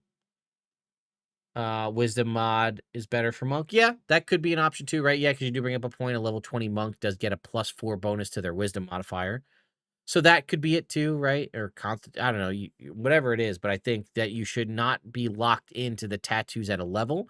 You should have a base number of tattoos you can pick from, and then certain options are unlocked as you level up.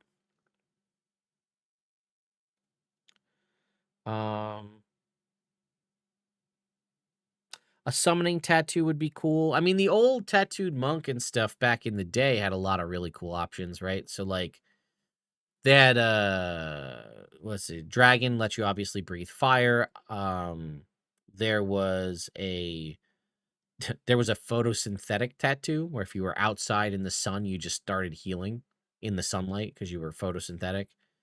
There was one that just let you heal yourself. That was a cool one. I mean, I would be okay with one of these tattoos giving you a lesser version of lay on hands.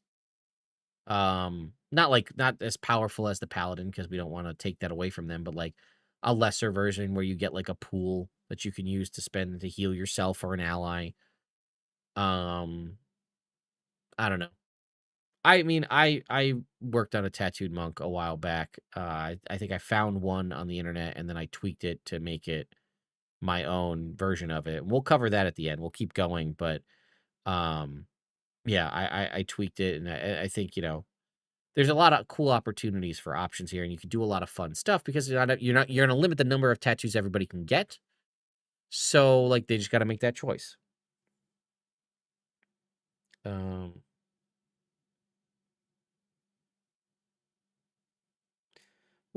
I see what you're saying, Wes. You're saying magical tattoos from like Tasha's Cauldron of Everything don't require attunement or something along those lines.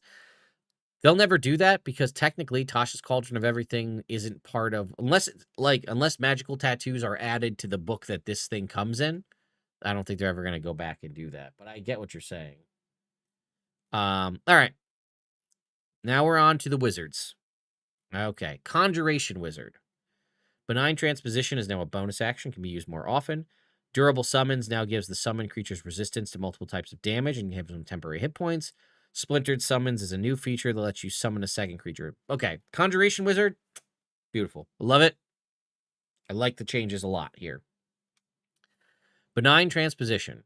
As a bonus action, you can teleport up to 30 feet to an unoccupied space you can see. Alternatively, you can choose a space within that range that is occupied by a medium or smaller creature. If that creature is willing, you swap places. This is intelligence modifier times per long rest. And it's a bonus action. Phenomenal. So it doesn't take the place of Misty Step. It can. It's free. And it lets you swap places. Great. Conjuration Savant. This is the thing. We're going to have the Savant on every type here, which is you choose 2 spells from the Conjuration list or 2 Transmutation, Necromancer, whatever it is. Add them to your spellbook. They can be no higher than level 2. In addition, whenever you gain access to a new level of spells in that class, you can add 1 wizard spell from the Conjuration School to your spellbook for free. You get to see that across the board.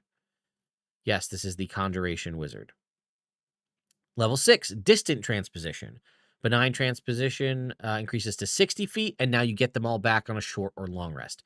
Phenomenal change, right? So we start with free bonus action, 30-foot teleport. We can still swap with people. It's intelligence modifier times per long rest. At level 6, it's now 60 feet, and it's short or long rest. So we're always able to be teleporting, which is great. Also at level 6, you get durable summons. When you cast a conjuration spell that to summon or create a creature using a spell slot, that creature gains temporary hit points equal to twice your wizard level when it first appears. While it has these temporary hit points, the creature also has resistance to every type of damage except for force, necrotic, psychic, and radiant. Excellent. Excellent option to show that your summons are durable. It's twice your wizard level in temporary hit points, and then the resistances while they have them. Again, pretty sure Find Familiar is a conjuration spell.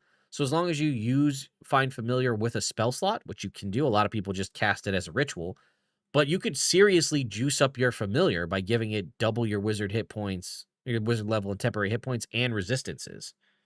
So, I love that. I love durable summons. I think that's fantastic. You're going to be a Conjuration Wizard. You're going to be summoning things. Let's do it. Let's juice it up. Level 10, damage can't break your concentration on conjuration spells. This is a classic thing for Conjuration Wizards, so that's great. And then Splintered Summons at level 14. When you cast Summon Aberration, Summon Construct, Summon Dragon, Summon Elemental, or Summon Fae, using a spell slot, you can modify the spell to summon 2 creatures instead of 1. Each creature is of that same kind, uses the same stat block. However, they have their hit points maximum. Their hit points are halved, rather.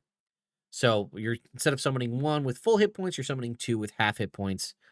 If you lose concentration on that spell, they both disappear. Once you use this feature to modify a spell this way, you must finish a long rest, or you can expend a 5th level spell slot to use it again. Again, they're also benefiting from durable summons. So while at level 14 you can summon 2 dragons that have half their hit points, they are still going to have 28 temporary hit points and resistances to all damages except for force, necrotic, psychic, and radiant. Feels like a summoner, which I'm down with, right? Like, this is what you want to be. You want to be the conjurer. You want to be summoning things. Your summons should be good, and they are. I like that all. I think this is a phenomenal adjustment. No notes. I love that. You know what? Let's go ahead and pull up a summon spell real quick. Let's pull up Summon Dragon.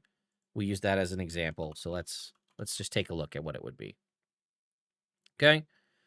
Summon Dragon at its base level, 5th level. Here it is. This is what you get. It would have 50 hit points, so it would be down to 25 hit points, but it would be 19 AC. Again, this is assuming you cast it at 5th level and didn't upcast it. Reminder, the concentration for it is an hour, but damage can't break your concentration. It's got this one already has immunity to all of these. Got resistance to all of these. Bunch of immunities. It's got blind sight. Also, choose one of its resistances. You get that resistance. It gets rend attacks equal to half the spell's level rounded down. The spell is cast at level 5, so half of that is 2, which means it can make 2 rend attacks, a d6 plus 4 plus the spell's level, or activate a breath weapon, which is a 30-foot cone and 2d6 damage of a choice, one of the resistance types. But reminder that as a Conjuration Wizard, you can make 2 of these. 2 of these, which would go down to 25 hit points, but then they would get 28 temporary hit points. So they'd actually have effectively more hit points than they would have had at base level casting. And they'd have resistance to, bludgeoning, piercing, slashing, which would be the big one, right? That they don't have here. Resistance to all damages except for force, necrotic, psychic, and radiant damage, and you could have 2 of them on the field. And again, you can upcast this past level 5 to boost these numbers to do other things. That would give it an additional 1 AC. It would give it an additional 10 hit points. It would give it an additional attack. So, yeah. Solid choice. And the fact that you get the freebie teleports on a short rest, we love that. I personally not hard code the spells into splintered summons. Yeah, I understand the concept, but like the downside of hard coding the spells into it is it doesn't future proof it, which you know what I mean? Like we also don't know what they're planning, so like they might put some stupid broken ass summon spell in the future, and they don't want you to be able to tweak it in some way to split it. So they pick these options because these are what are in the player's handbook currently. So I understand the side of like not hard coding it, but then also I understand the concept of doing that. So, technically, the way it is worded, you could also do additional damage types with the breath weapon as well. Yeah, technically. I'd probably prefer if Splintered Summon said something like when you cast a spell that summons or creates a single creature. Yeah, I mean, that might be the final call too, right? They might change it or tweak it, and that would be a very easy homebrew on your end to just make that be the case. Uh, oh, well, I guess, hang on. We're just hearing in the chat here that Summon Aberration is the call here. Let's go ahead and take a look real quick. Summon Aberration. Okay. It has 40 at base. It has, depending on the type you choose, right? So slots get regeneration. Mind Flayer gets Whispering Aura, which is at the start of each of the creature's turns. It emits psionic energy. They must make a Wisdom saving throw or just take psychic damage. And then the attacks are based if you Mind Flayer's Psychic Slam. That's a melee attack roll. Beholder gets Eye Raise, which is a range of 150 feet. Or the Slod is a D10, and they can't regain hit points until the start of their next turn. And it makes a number of attacks equal to half the spell's level rounded down. So if at level 14, let's say you cast this with a 6th level spell, you're going to be making 3 attacks, and you can summon 2 of them. So you could potentially summon 2 Mind Flayers, which are just going to do psychic damage if a creature starts their turn. Let's see, yeah. At the start of each of the spirit's turns, the spirit emits psionic energy. So whenever it's their turn, they just deal potentially 2d6 psychic damage. You could have 2 Mind Flayers. You could have Beholders firing off 3 different eye rays. Slods just knocking down people's ability to regenerate or heal themselves. Also, the Slods regenerating on their turn. Conjuration Wizard's very solid. I expect many more Conjuration Wizards in future games going forward if this does make its way all the way through. All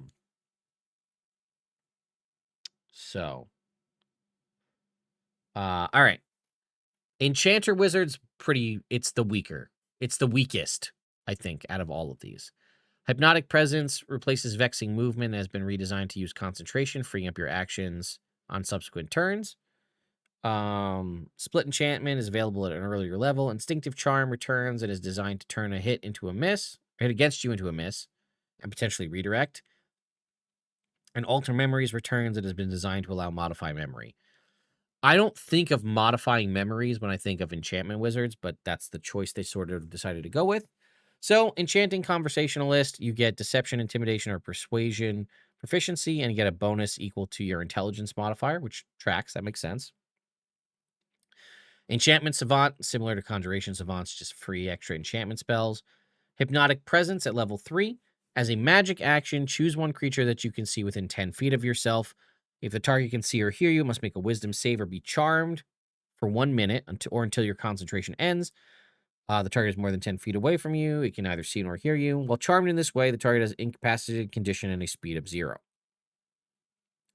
Once you use this feature, you can't do so again until you finish a long rest. You can also restore your use of it by expending a 1-level spell slot. I don't love this at all. It's a charm, and it also ends if the target takes damage. While charmed, they are incapacitated and have a speed of 0.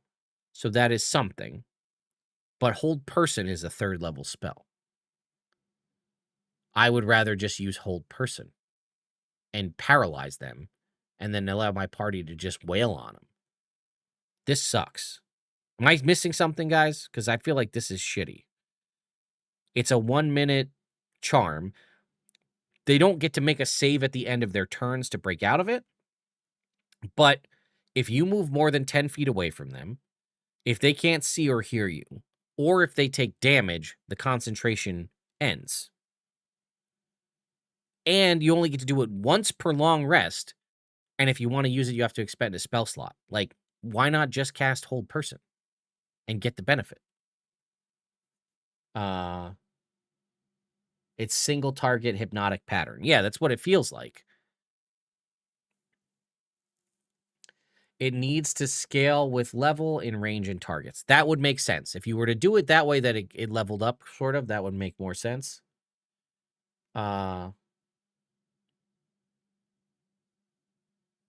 So the Enchantment Wizard still has nothing regarding creatures knowing they've been charmed. Shouldn't this be the subclass that does that? Yes, it should be. Like, you should have the freebie, like, you know. Oh, and the range is only within 10 feet of yourself, too. You have to be right up next to these people to do this. This is terrible. No, rework this whole ability. What was it last time?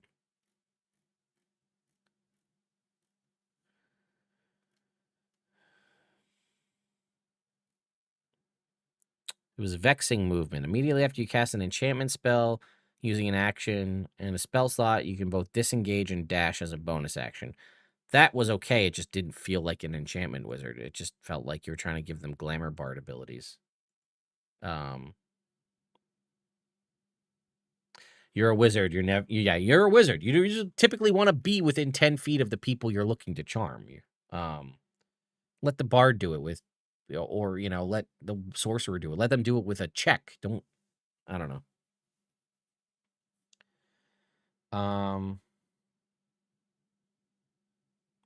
This ability actually charms and feels like an enchanter, at least. Yes, it does feel like an enchantment thing, which is good. It's just terrible. All right. Split enchantment at level 6. Oh, also, charm person. Isn't charm person all of that just better?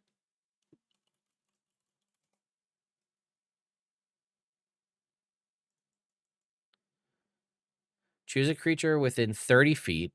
It's an hour not concentration.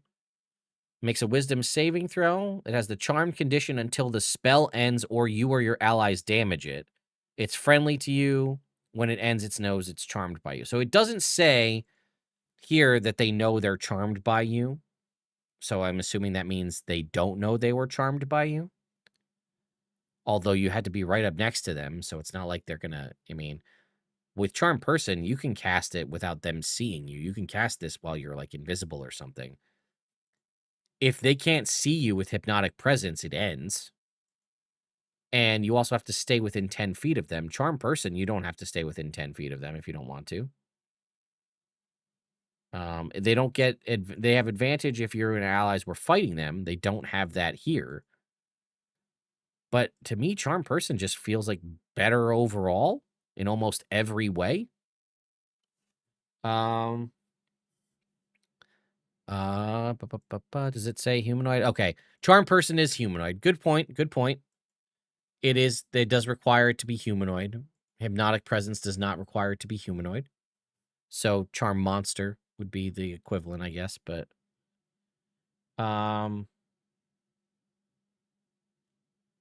so the benefits being they don't know they're charmed by you.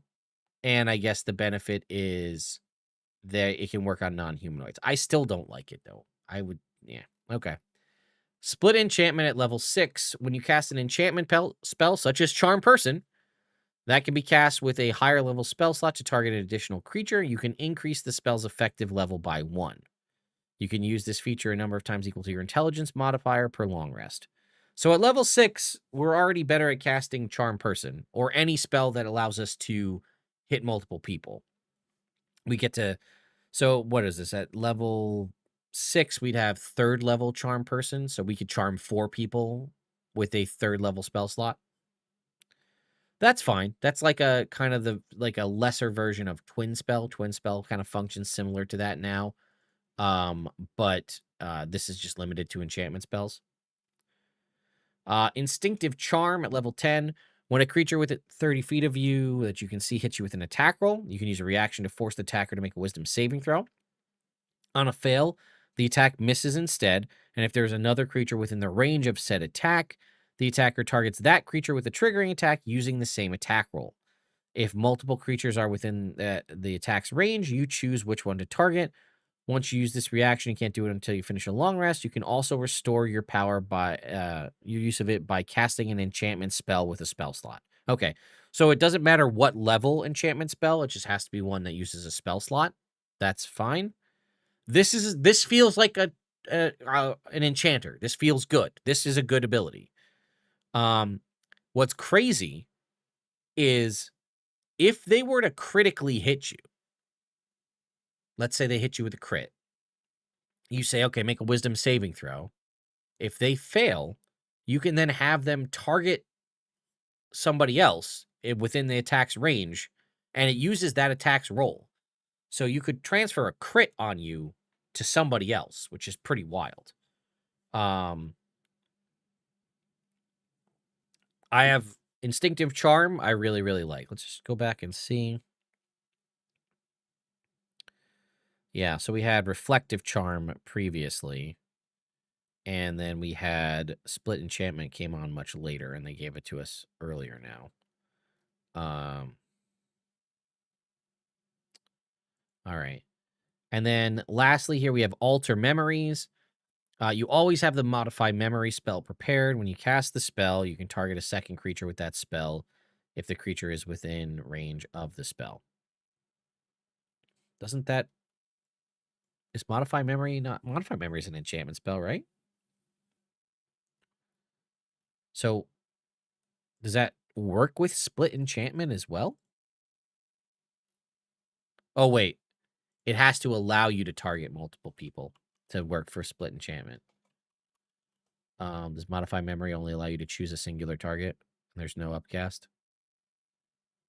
Okay. Upcasting increases the duration. Okay. Okay. I think that's fine. It is a enchantment thing. I don't think of an enchanter as a memory alterer necessarily, but I guess that does make sense now that I'm kind of thinking about it a little bit more. It makes a lot more sense than Power Word Fortify, I'll tell you that much. Although, if you're thinking of enchantment more as... I think of enchantment in D&D as beguilement, less bolstering, which technically it is, right? If you're, like, enchanting somebody to, improve them. But I think of it more as, like, a mind sort of beguilement.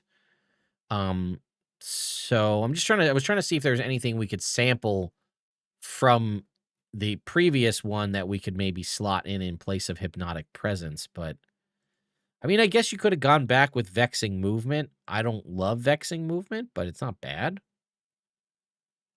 So Enchanting Conversationalist, Enchantment Savant, fine. Split Enchantment, useful. Don't know how many enchantment spells there are that target one creature and then upcast, but that would be things like Charm Person, Hold Person, Charm Monster, Hold Monster. Instinctive Charm, this is quintessential. This feels good. This feels exactly like what you want for an Enchantment Wizard. And then I'm fine with Alter Memories. You get a freebie cast of it. Oh, wait, no, you don't get a freebie cast of it. You always have it prepared. And if you got a freebie cast of it, that would be cool. But you always have it prepared, and you can dual target your Modify Memory, which definitely has some benefits. So, how about giving the enchanter Healing Word? Well, aren't all healing spells evocation spells? So that wouldn't really fit with this.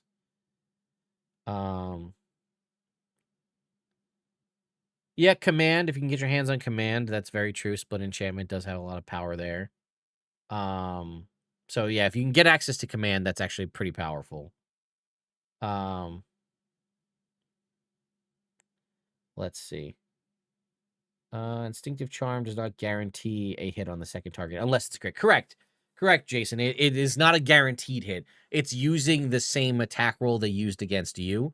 So if you have means of jacking up your AC pretty high, so that normally, and it would have been a hit, but like I said, the big win on Instinctive Charm is if it's a crit. Like that's the you want to talk about an epic move at the table. The DM goes, natural 20, and you go instinctive charm, and they're like, oh shit. And then everybody's watching to see that wisdom saving throw, and the DM goes, they fail. And they go, okay, I want him to hit that person with that critical hit. And then like that's like, oh, that's like a big moment, especially if it's like a too big bad situation, or like, a power move, whatever it might be. Like that's definitely going to be a moment at the table if that were to happen. But yes, there is no guarantee that the second roll does hit, but they are missing you and potentially procking something on somebody else. But the crit is like, that's the master play if you could make it work like that. How about overcoming immunity to charm? I'm also shocked that nowhere in here do they not have resistance to charm. Because as an enchantment wizard, you can still be charmed, which seems crazy to me, right? Like you should have that somewhere in here, right? Like immunity to charm as part of being a charming, like that's your whole gig. I feel like that's a no-brainer. Let's go back and look at the classic wizard, or the 2014 Conjuration or Enchantment Wizard rather. Let's just see. They had Hypnotic Gaze, which is an action, choose a creature within 5 feet.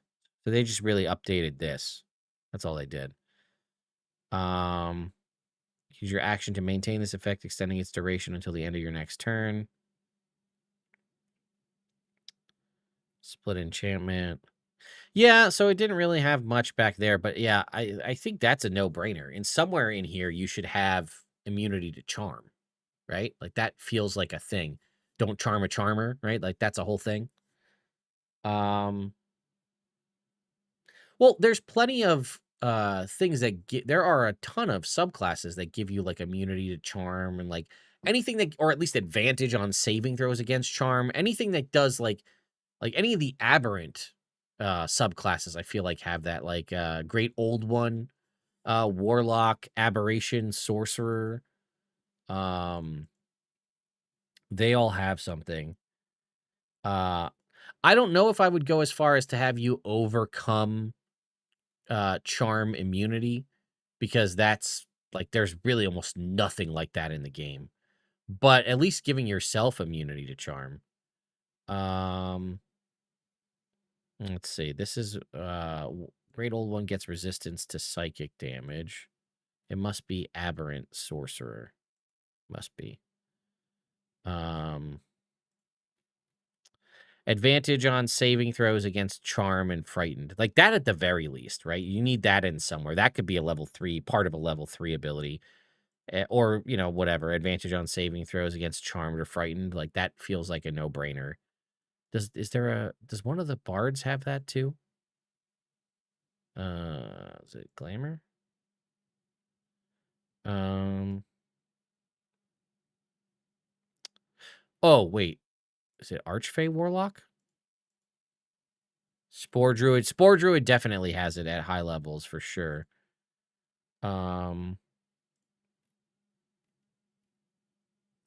Level 10 Bard, you are Archfey Warlock, you are immune to the charmed condition. So like there's precedent is my point in the game. Level 10 Archfey Warlocks are immune to the charm condition. You should have that somewhere in the Enchantment Wizard. You should have immunity to charm. Yeah, so I think there may be other ones. Fey Wanderer gets it at level 7. Yeah, there's precedent for it in the game. The Enchantment Wizard should have some sort of immunity to charm. Or at least, at the very least, resistance to charm, advantage on saving throws. Yeah, for sure. True Spaz, what are my thoughts on homebrew, not just for wizards, but in general? I love homebrew. I homebrew shit all the time. Monk at level 10, yeah. A lot of people, if it was unheard of, like nobody had immunity to charm or resistance to charm, then I say okay. But like considering we're gonna look at Necromancer and they get shit that does a similar thing, you should have immunity to charm as an enchantment wizard without a doubt.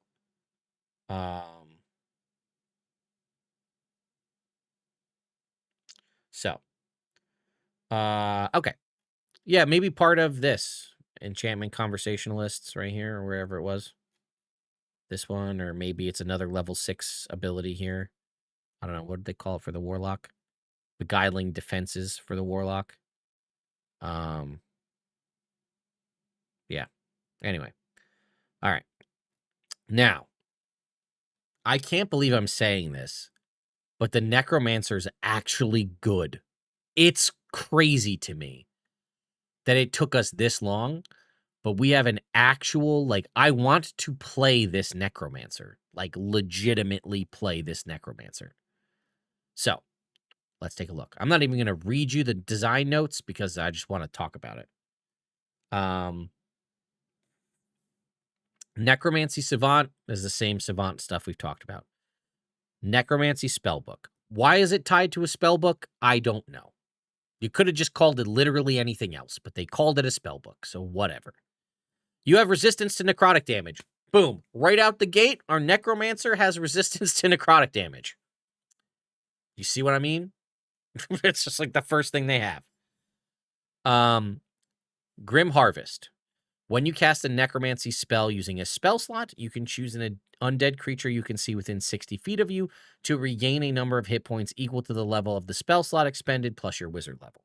So you're able to deal damage and heal one of your undead allies. Okay? Undead Familiar. The Find Familiar spell appears in your spellbook. When you cast the spell, you can choose one of the normal forms of your familiar or one of the following forms, skeleton or zombie. Okay? Let's be honest, that's pretty good, but the problem is they can't attack unless we have a thing that I didn't realize, but so let's look, right? I could have a skeleton. Okay? A skeleton, not a bad familiar. 13 hit points, 14 AC. Can use a short bow and a short sword. Okay? Vulnerability to bludgeoning damage, that's not great. But immunity to poison, exhausted, the poison condition, has dark vision. Skeleton is solid. Zombie, similar, right? 15 AC, slow on the movement, right? Has the opportunity to come back to life with undead fortitude. But they are still familiars, which means they cannot inherently attack, which feels dumb. That's a thing that I don't like about this. I like everything else about this. It's not like a warlock familiar, which does get that capability. Now, warlock actually can also choose a skeleton. So if we were to go to the evocations and go to Pact of the Chain, you get these extra options. As you can see here, skeleton is one of the options. But when you take the attack action, you can forego one of your attacks to allow your familiar to make an attack as a reaction, unless you have investment of the Chainmaster, which now gives them a fly speed or a swim speed. And then as a bonus action, you can have them attack. And then you can have them deal necrotic or radiant damage and things of that nature. And then as a reaction, you can make it resistance to damage. So like the warlock familiar gets functional attacks, whereas your familiar is just a skeleton, which is cool, but it can't use its attacks. For the warlock, you would have to burn a bonus action if you took two different invocations. You have to take Pact of the Chain and Investment of the Chainmaster to get the bonus action attack.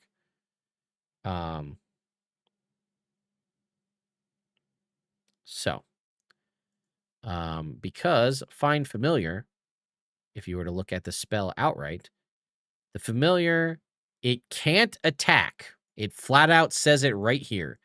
A familiar can't attack, but it can take other actions as normal. So the only reason that the warlock can have their familiar attack is because the invocation itself says they can. Base level warlocks can, or base level familiars cannot attack. Even if yours is a badass skeleton or a zombie, it cannot attack. So, moving on. Cool. I love it. Have a lot of fun with that. Let's move on. Listen, you're getting necrotic resistance for free at level 3, and you get to heal one of your undead allies whenever you cast a necromancy spell using a spell slot. All right, level 6, Grave Power. When you use Arcane Recovery, which is when you take a short rest to gain some spell slots back, your exhaustion level decreases by 1. I love that. That is phenomenal. That is a great use of arcane recovery to get, and it also fits into this concept of being undead and resilient and yada, yada, yada. Overwhelming necrosis. Damage from your wizard spells and wizard features ignore resistance to necrotic damage. See what I'm talking about, Enchantment Wizard? We ignore resistance to necrotic damage, and we're resistant to necrotic damage by the time we hit level 6. It's excellent. We love that. Also, we get another thing at level 6, Undead Thralls. You always have Animate Dead prepared and can cast it once without expending a spell slot. Whenever you start casting the spell, you can modify the spell so the spell's effective level is increased by 1. Okay, we love that. We're going to go ahead over here and just click on Animate Dead. Remember, we are in the world of 2024, so we got to take a look at what changes there are for that. So, Animate Dead is a 3rd level spell. We can automatically cast it at 4th level, once per day for free. Choose a pile of bones, or it becomes a skeleton or a zombie. You can you animate or reassert control over 2 additional undead for each slot above 3. So, at base, at level 6, you are summoning 3 skeletons or zombies every time you use this ability, because it lets you automatically cast it up by 1. Okay? So that is great. And then once on each of your turns, you can take your bonus action to mentally command any creature you made with this spell, as long as it's within 60 feet. You decide what action the creature will take and where it will move. If you issue no commands, it takes the dodge action. The creature is under your control for 24 hours, after which time it stops obeying. To maintain control, you can cast the spell again, but you can cast it once a day for free. So you can constantly always maintain the spell on 3 creatures for free every day without actually even tapping into your spell slots at all, which is great. You also could upcast this to get more. And again, it's each level above 3 is 2 more. So you can continue to build your army, but the base level is 3 for free. Okay? Not only that, they also get the following benefits. The undead's hit point maximum and current hit points increase by a number equal to the level of the spell slot used plus your intelligence modifier, right? So if we were to do what we said, the spell slot we're using is effectively a 4th level spell slot plus our intelligence modifier. Let's assume it's 5. We're adding 9 hit points to the undead skeletons that we're summoning. Also, whenever they hit with an attack roll, they deal extra necrotic damage equal to your intelligence modifier, which we're assuming it was 5 at this point. That's an extra 5 points of necrotic damage on top of whatever they're already doing. Again, for 0 expenditure of any resources, we could have 3 skeletons that have an extra potentially 9 hit points. And if we were to look at our skeletons, who have range, by the way, with their short bows, they would be doing potentially a d6 plus 3 piercing damage plus 5 necrotic damage if your intelligence modifier is a plus 5. And as a bonus action on your turn, every turn, you could fire off 3 short bow shots every time, assuming you didn't upcast it to summon more skeletons. And they'd be sitting at a solid 22 hit points, assuming you didn't cast it out of a higher level spell slot. Okay. Harvest Undead at level 10. Immediately after you become bloodied, less than half hit points, and aren't killed outright, you can take a reaction to reduce an undead creature under your control to 0 hit points. You then immediately regain a number of hit points equal to your wizard level. That might be a usage for your familiar, is kill your familiar and get yourself, healed up. It's not a ton of hit points. It's hit points equal to your wizard level. It could be more. It's fine. You are going to have summons. That's your whole thing here, right? Like, that's what you're going for. There's never going to really be a scenario where you don't have a summon of some kind on the field. But it is only hit points equal to your wizard level. So when this happens, you're going to get 10 hit points. You're also a wizard. You don't have a ton of hit points, period. But consider that. And lastly, what is just a phenomenal final ability here in Death's Master. As a bonus action, choose any number of undead you have created or summoned with a necromancy spell that are within 60 feet of you. The undead each gain temporary hit points equal to your wizard level. Once they gain these temp HP, they can't get them again for 24 hours. So again, at level 14, you can just be like, let's just juice everybody up and give them a bunch of temporary hit points. We can do that outside of combat. We can do that in combat if we wanted to. Give them all a little bit of extra oomph. And lastly, Extinguish Undead. When an undead creature you can see is reduced to 0 hit points, you can cause it to explode with necrotic energy. Roll a number of d6s equal to half the creature's unexpended hit dice, round up minimum of a d6, and add them together. Each creature in a 10-foot emanation originating from the undead makes a dexterity saving throw. On a failed save, a target takes necrotic damage equal to the number rolled and can't take reactions until the start of its next turn.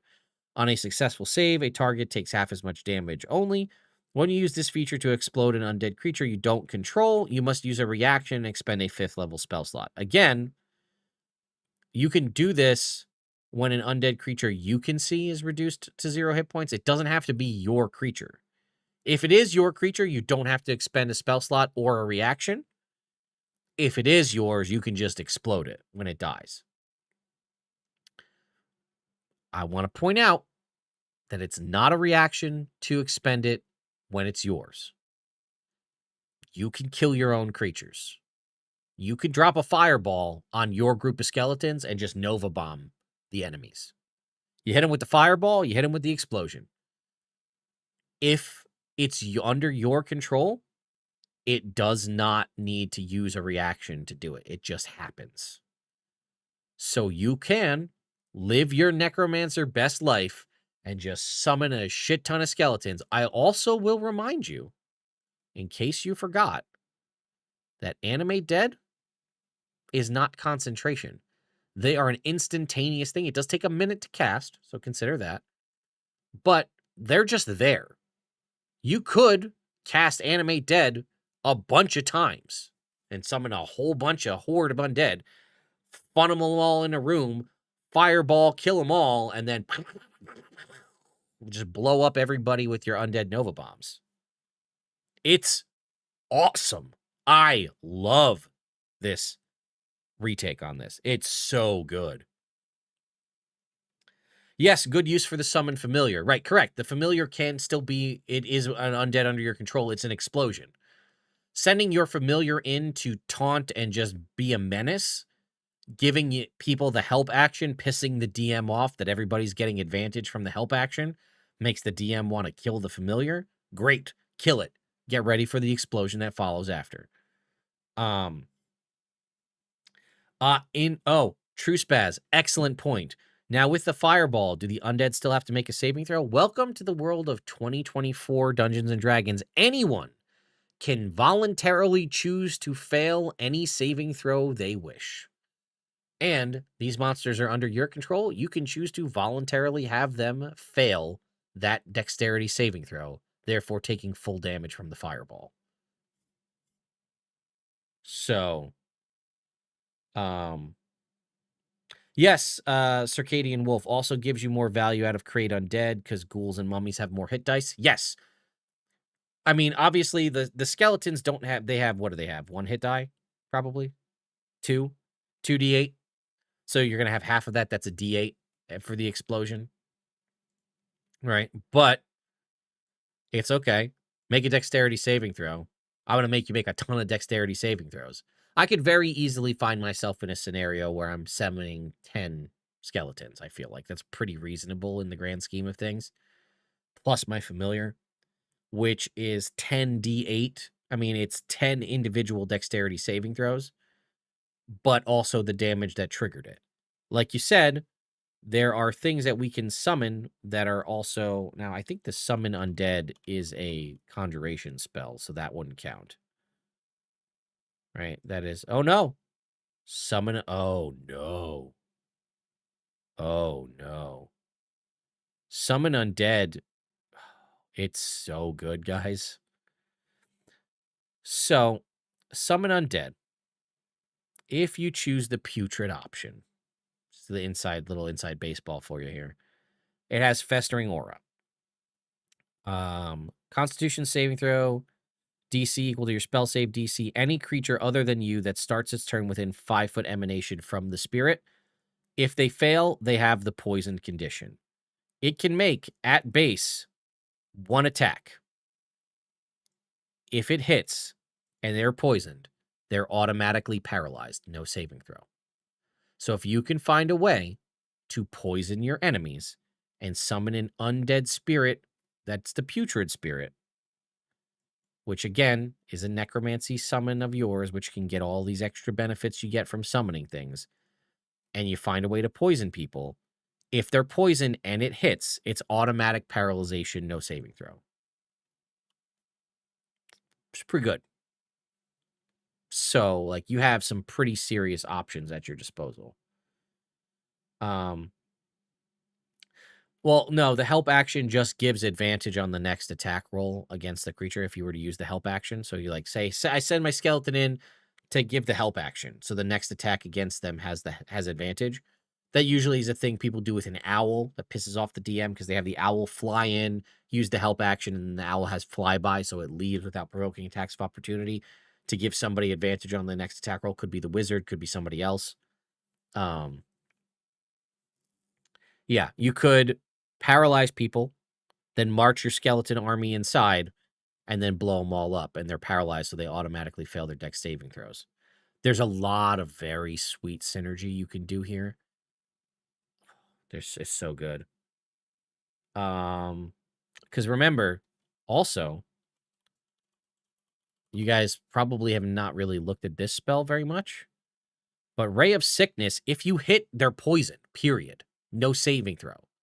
Ray of Sickness in 2024 is a first level necromancy spell. Make a ranged attack. If you hit, they take 2d8 poison damage and are poisoned, period.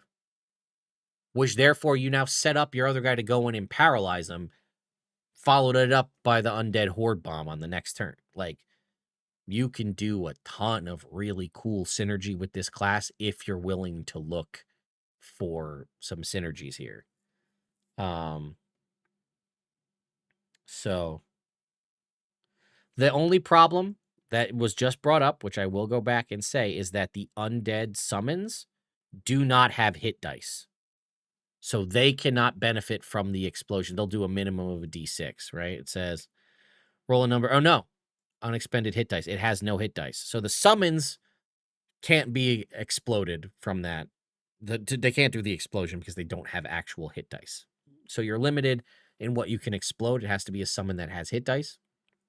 But the combination of summon undead with your skeleton army, because remember, it takes its turn immediately after yours.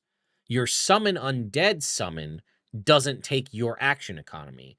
So you could Ray of Sickness, bonus action, command all of your skeletons to move in, then Rotting Claw, paralyze, and then wait till the next turn, fireball. Well, it says it's a minimum of a d6, but it says for unexpended hit dice. It doesn't have any, so you could make the argument it's a d6, but I'd say probably not. Also, there is this spell from Book of Many Things. I don't know if you guys remember this one, which is Spirit of Death. This one also does not have a set of hit dice, but this one has all sorts of crazy stuff that it can do. You can haunt creatures and there's a lot of really cool summons out there. And it's Create Undead is the other spell. I think that's the one we were talking about. Yeah, this is the 6th level version that lets you summon a ghoul, which a ghoul has 5d8 hit points. A ghoul also is pretty nasty, but then if you upcast that, you can 4 ghouls guests or whites, etc. So like and again, the Create Undead spell is also not concentration. So you really have the potential to build a pretty juicy undead army that you can bolster with temporary hit points that will deal an extra amount of damage. They're going to get extra hit points just for being summoned. They're going to deal extra necrotic damage equal to your intelligence modifier. You can blow them up if need be, or if they get killed, they get blown up. And again, overwhelming necrosis, wizard spells and wizard features ignore resistance to necrotic damage. So if any of these things are resistant to necrotic damage, they're going to take full damage instead because of your innate abilities. Solid. Necromancer Wizard is good. I like it a lot. It's actually great. There's not much that I would change, if anything. I really like pretty much everything. The familiar, I mean, it looks like it's pretty much tied to use for other abilities, like the level 10 Harvest Undead feature. I might give you a little bit more than just your wizard level in hit points, but either way.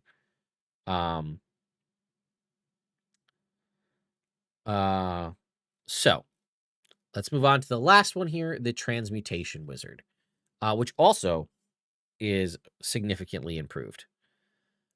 Transmutation Savant is the same kind of thing that we saw with the other ones. Transmuter Stone. This is the kind of innate ability of the Transmutation Wizard. When you finish a long rest, you can create a magic stone that lasts until you use this feature again. And then basically a creature with the stone in its possession gains proficiency in Constitution saving throws and one of the following features. Dark vision out to 60 feet. Base speed increase of 10 feet. Or resistance to acid, cold, fire, lightning, poison, or thunder damage, your choice. Also at level 3, you get Wondrous Alteration, which lets you boost your alter self capabilities. You get to cast it once without expending a spell slot, once per long rest. And then if you choose the aquatic adaptation, you can dash underwater as a bonus action. Change appearance gives you advantage on deception checks. Or if you choose natural weapons, you now do 2d6 damage and have advantage on Constitution saving throws to maintain concentration. Solid upgrades overall. Empowered Transmutation. When you cast a transmutation spell that doesn't deal damage, such as fly or magic weapon, similar to what we saw with some of these other ones, you can count them as a level cast higher. Intelligence modifier times per long rest. Potent Stone at level 10. You can choose an additional option for your Transmuter Stone. You can only choose it once unless it's resistance. You can choose a different resistance type. But you also get the following benefits. You can also change either or both benefits when you cast a transmutation spell. So, Mighty Build gives you advantage on strength saving throws, and you count as a size larger for carrying, or Tremor Sense out to 30 feet. Shape Changer at level 10. This is a huge update here. You always have Polymorph spell prepared and can cast it once without expending a spell slot. You regain this ability when you finish a long rest. In addition, when you cast it, it's modified in the following ways. Once you modify it in this way, you can't do that until you finish a long rest. You retain your personality, memories, and ability to speak. You also retain your intelligence, wisdom, and charisma scores, as well as class features, languages, and feats. Transmute spells. You can also cast transmutation spells while shapeshifted, except for any spell with material components that has a cost specified or is consumed by the spell. So, like, eat your hearts out, Druid. We get to be a wizard and also get to be a Druid at the same time if we really want to. And we get to have better wild shape because it's polymorph, which means we can get to higher level things than even a moon druid can get to. And earlier, right? At level 10, we can turn into CR10 creatures. And we still get to have all the benefits that we would like that a moon druid has of being able to keep your personality, your intelligence, and still cast spells.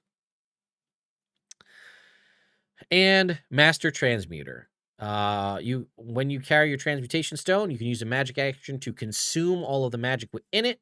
But what's also nice is if you don't want to destroy your transmutation stone, you can just spend a 5th level spell slot to do the ability, but still keep the stone and not lose it until you finish a long rest.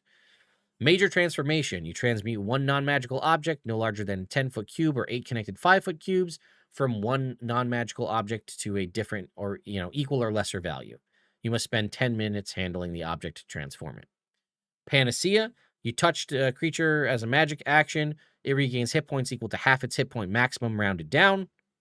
It's also cured of any magical contagions, all curses affecting it, and it also breaks any attunement to magic cursed items. And if they have the poison condition or petrified conditions, those end. I believe this used to heal you to full, and I think they might have changed that to half. Here it was number of hit points equal to twice your wizard level. This is now just half their hit points, which is good. Restore life. You can cast Raise Dead without expending a spell slot and using the stone in place of the material components. Or Restore Youth. Touch a creature as a magic action.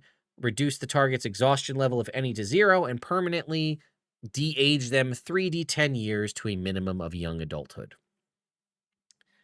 Excellent. Excellent all around. The update to Alter Self, I really like this. I just think it's crazy to be a wizard that's going to be able to do all this extra damage with natural weapons. But again, I think you still need to use your dex and strength to do it. So that also means you're going to be a wizard in melee, which is not your ideal situation. What the heck? Oh. Get this out of there.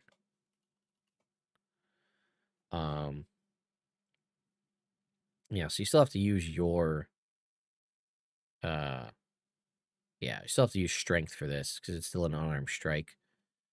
Oh wait, no. You could use your spellcasting ability modifier for the attack rolls instead of using strength. Oh, they changed that. Okay. Well, shit. You can use your intelligence modifier and you're going to do 2d6 damage instead of 1.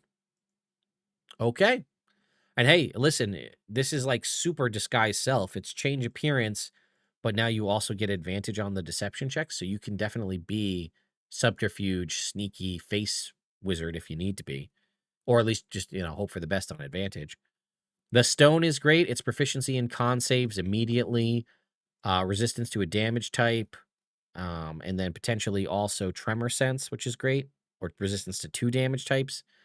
Non-magical transmutations are cast at a level higher, so boosting magic weapon or boosting fly, or I think even elemental weapon, right? Those are, what is that one?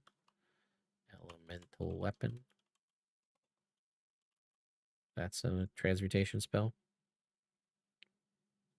I believe. Yeah, so, I mean, you could boost that higher to deal extra damage and get extra attack bonuses. There's a lot of benefits to that.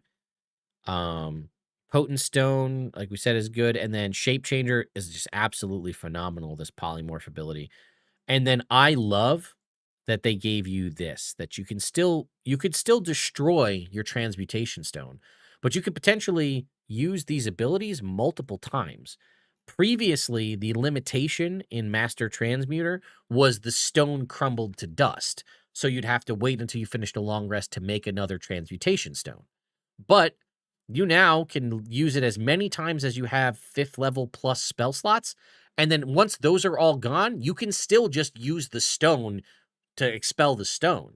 So you have multiple usage of this, which is very good. Which, again, major transformation, that's going to be very situationally specific. But healing somebody and removing curses and things is great. Restore life, you're probably hoping not to use, but when you need it in a pinch, if you don't have a cleric or somebody who can do it, you've got that. And then again, instant exhaustion reduction can be huge. So, yeah, it's good, guys. It's real good. This has been one of the best Unearthed Arcanas I think I've seen in a long time because so much of it's good. We talked a lot about the Arcane Archer, as you know, which is in a very good spot. It needs a couple of little tweaks to be better. We talked about the Tattooed Warrior Monk. It's better than it was. It's still not where it needs to be. We think a couple more tattoo options and maybe tattoos not tied to levels, but a total number of tattoos where you can pick and choose your options would be good. Conjuration Wizard, excellent. No notes. Enchantment Wizard could be better. Hypnotic Presence is kind of weak. Other than that, it's pretty solid, especially Instinctive Charm. We're thinking maybe at least resistance or advantage on saving throws against Charmed, maybe immunity to the Charmed condition. Necromancer, excellent. The Undead Familiar maybe could have used some additional capabilities, possibly. I would love to have had Grim Harvest function like Death Cleric. Let's see, what was the old Necromancer Wizard real quick?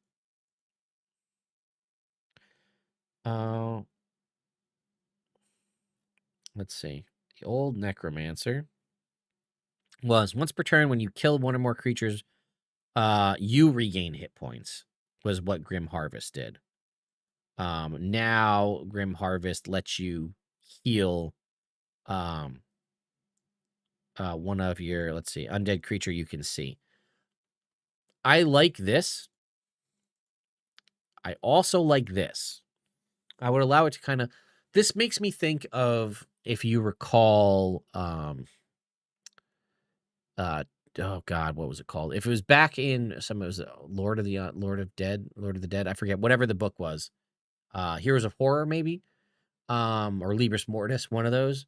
Back in 3.5, there was an ability you could take called Tomb Tainted Soul, which essentially made you considered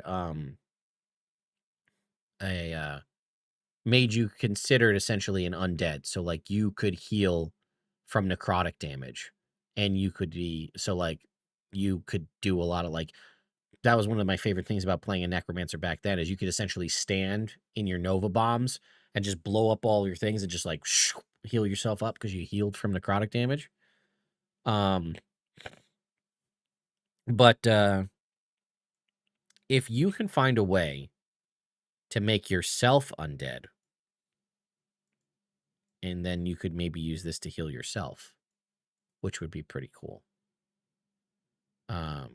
Anyway, and then Harvest Undead, if it gave you maybe a little bit more than just your wizard level, maybe wizard level plus intelligence modifier. It's not a huge bump, but really, no notes. I love it.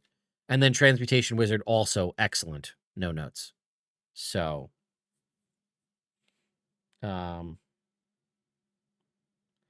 Magic Aura. Oh, yes! Yes. Yeah, good point, guys. Excellent point. Because the way they changed it, Nystul's Magic Aura, which lasts 24 hours as a second level spell slot, choose a creature type other than the target's actual type. So you could pick yourself and essentially turn yourself into an undead, which then technically you are an undead creature within 60 feet of yourself. And you could see yourself. You look at your hand. Boop, healed. So yeah. I gotta say they cooked on this one, guys. I really gotta give them the flowers on this. There were some shitty things we talked about, but for the most part, I would be, so me personally, I would be willing. This is like the best boon, best praise, I guess, I can give anybody is I would play the Arcane Archer, I would play the Necromancer Wizard, and I would play the Transmutation Wizard. I probably would play Conjuration too, but it just doesn't call to me as much as these other two. So yeah, I really am. I'm like in the process of building a Necromancer Wizard in my head. So yeah, what do you guys think? It can be appreciated in the blog post too. We didn't really look at the blog post, but let's go ahead and take a look.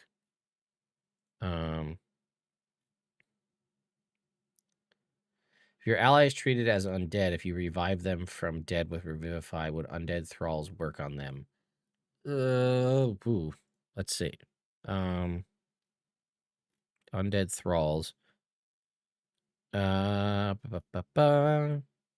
The undead's hit point maximum and hit point increase by a number equal to the level of the spell slot used. When you cast a necromancy spell using a spell slot that creates or summons an undead.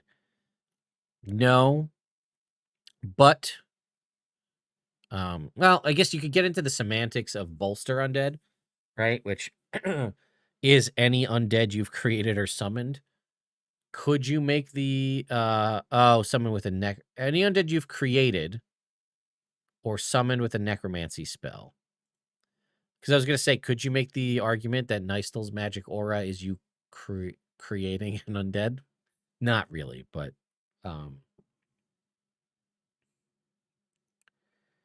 yeah, there's definitely a lot of cool things you could do with this. I really don't think these are gonna power creep too much. But I like what I'm seeing because let's be honest, most of these didn't get played. Conjuration Wizard, Necromancy Wizard, like a lot of these in 2014, they just didn't get played.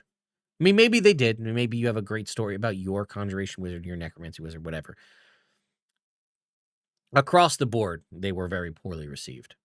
And then there were clear standouts, which are the ones that are in the player's handbook currently.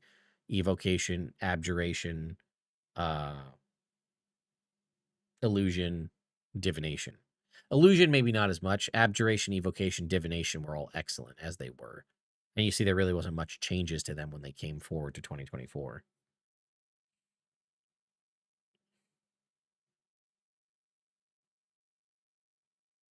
Make yourself a Dampier Reborn. Yeah, there's definitely options to do things to get yourself to be considered an undead, even if you just don't want to go Nystul's Magic Aura. Let's take a look at this article real quick. Arcane Archer. Player feedback pointed that while they enjoyed the streamlining of the Arcane shot die, they didn't find the die upgrades exciting. In this update, we've added several new features across levels. Magical Ammunition gives them trick shots. Arcane Burst adds the benefit of pushing creatures away from you and use Indomitable. Masterful Shots let you reposition and attack. Both features aim to give the fighter the ability to keep fighting from a distance and make them difficult to pin down. Well said.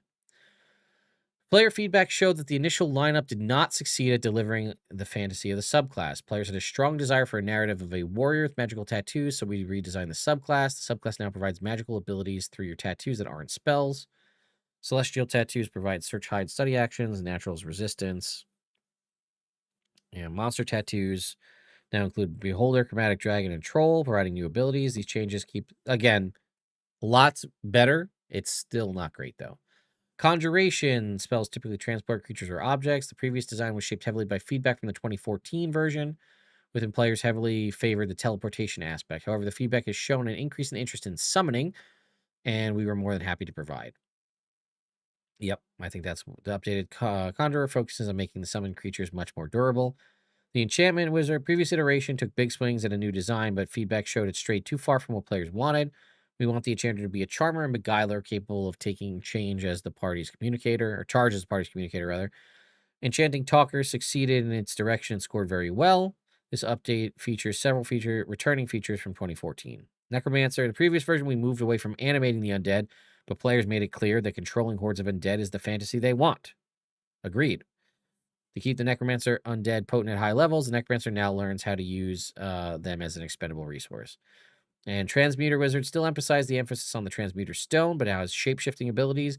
The durability option of the Transmuter Stone was consistently cited as the best option, and picking another option created the feeling of playing wrong.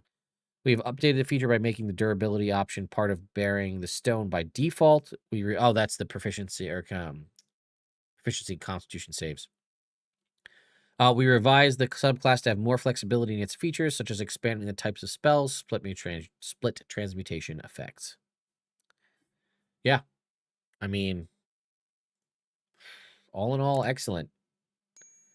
Yeah. So, I don't know. Thanks for hanging out with me for the past 2.5 hours. I appreciate it. If you haven't taken a chance to subscribe to the channel, please be sure to do so, or follow if you're over on Twitch.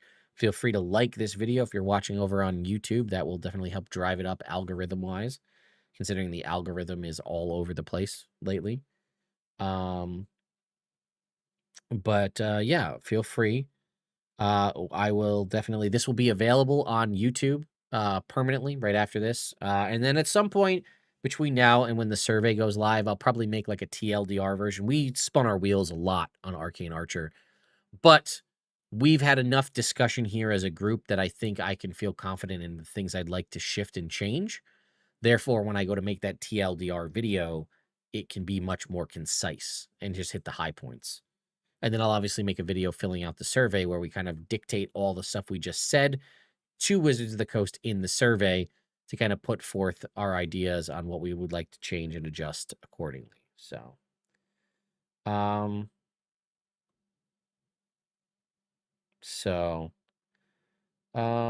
But yeah, it was nice to see them actually address the comments. I would love to probably have seen this more in an interview video than in a blog post, but the blog post is better than nothing, so I can't really complain about that.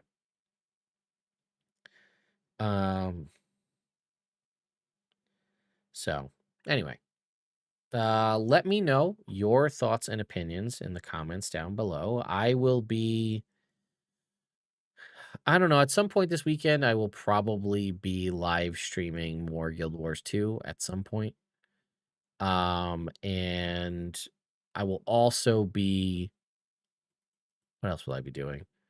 I got a bunch of videos planned to come out. We obviously have this live stream and the TLDR video on the horizon. I have a handful of third-party stuff I want to go over. You guys have been really begging for the third-party stuff on D&D Beyond, so we're going to start that process as well. And then again, some of the other videos we talked about making here, like search and study actions. Do you guys use those in your games and things of that nature?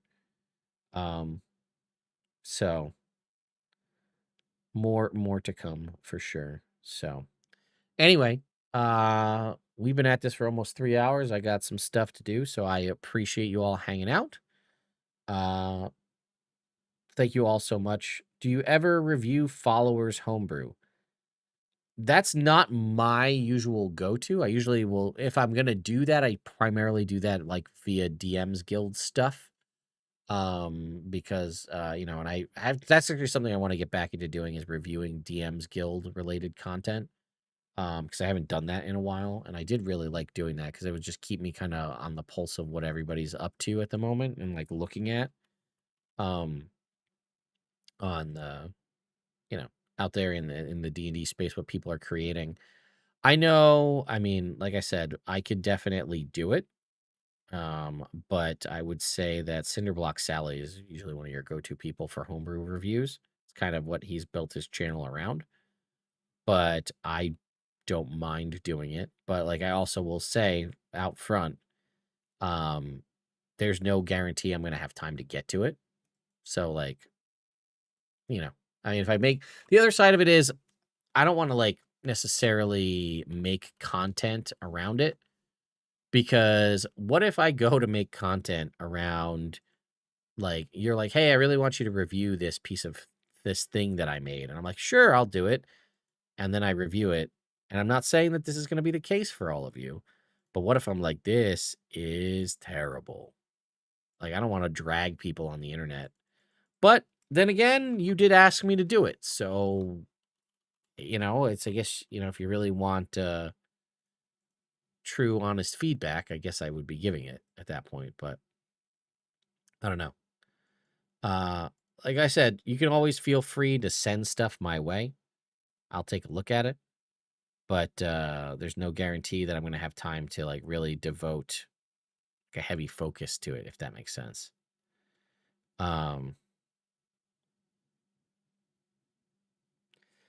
And I will be reviewing the D&D Beyond third-party stuff because a lot of you guys have asked for that. And there's been enough of you asking, and it is readily available for folks on D&D Beyond.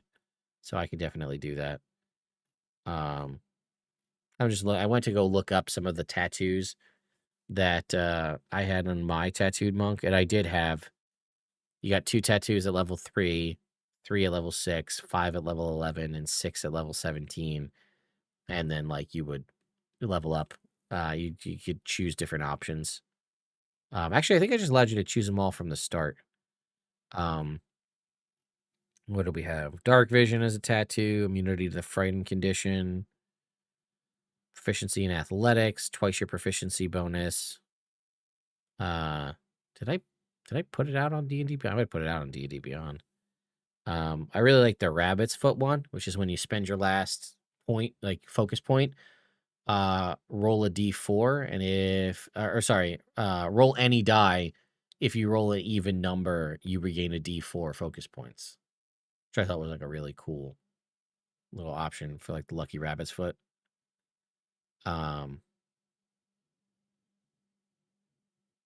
Constructive, listen, feel free to send stuff my way.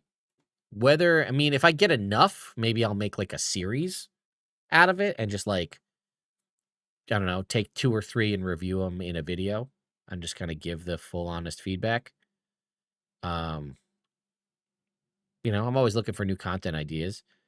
It's coming up to October. I was gonna do it last year, but the 3-minute shorts content hadn't fully rolled out yet. So I wanna do a series of D&D horror stories where, like, I'll talk about some of mine and then have folks submit their horror stories. They can submit them anonymous or whatever, and I can just talk about them. I think that would be interesting. Um, so, yeah. Uh, yeah, it was the 3-minute shorts didn't exist for a long time on YouTube. They were, like, arbitrary when YouTube would make 3-minute shorts actually appear as shorts. They've now since officially rolled that out all the way, so, um, we'll get that going this year. Um, but yeah, I guess other future things, like I said, I'll be at the Pittsburgh Gaming Expo the first weekend in October, and I'll be at PAX Unplugged. That's like the weekend before Thanksgiving. Yeah, you know what? What's the best way for you guys to submit them to me? Email, nerdimmersion@gmail.com if you want to send your homebrew over. Or I guess like a Discord DM or Twitter DM. I don't know, whatever. Just get it to me. I'll figure it out. Um, so actually, you know what? Let's just take a look real quick before we close this out. Um,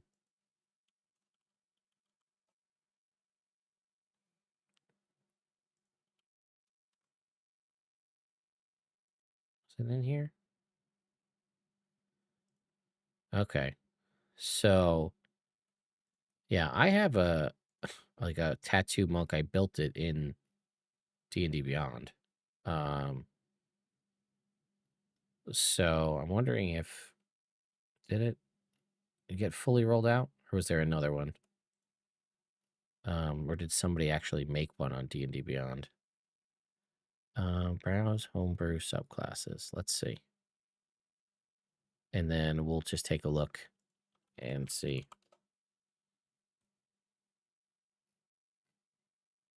Path of the Tattooist, Oath of the Tattooist, Tattooed Monk. Lots of tattooed monks on D&D Beyond. Uh,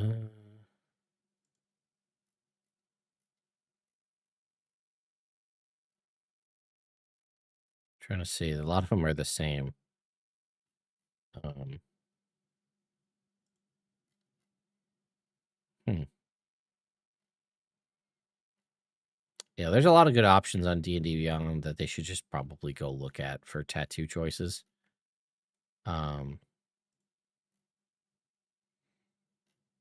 But anyway. I'm gonna go. I will catch you guys maybe later for some Guild Wars 2. We are in the middle of Living World season 4, but also working on PvP and World v World stuff. So if you guys want to hang out and maybe jump in, play together, who knows? Also, I have a poll, a very important poll on my YouTube right now. That is, if you had to give up one for the rest, if you could only eat one for the rest of your life, or you had to give up one for the rest of your life, would you rather give up burgers or tacos? I want to know your opinion. There's a poll on the YouTube. Go fill that out. Let me know. So, anyway, we'll see you all next time.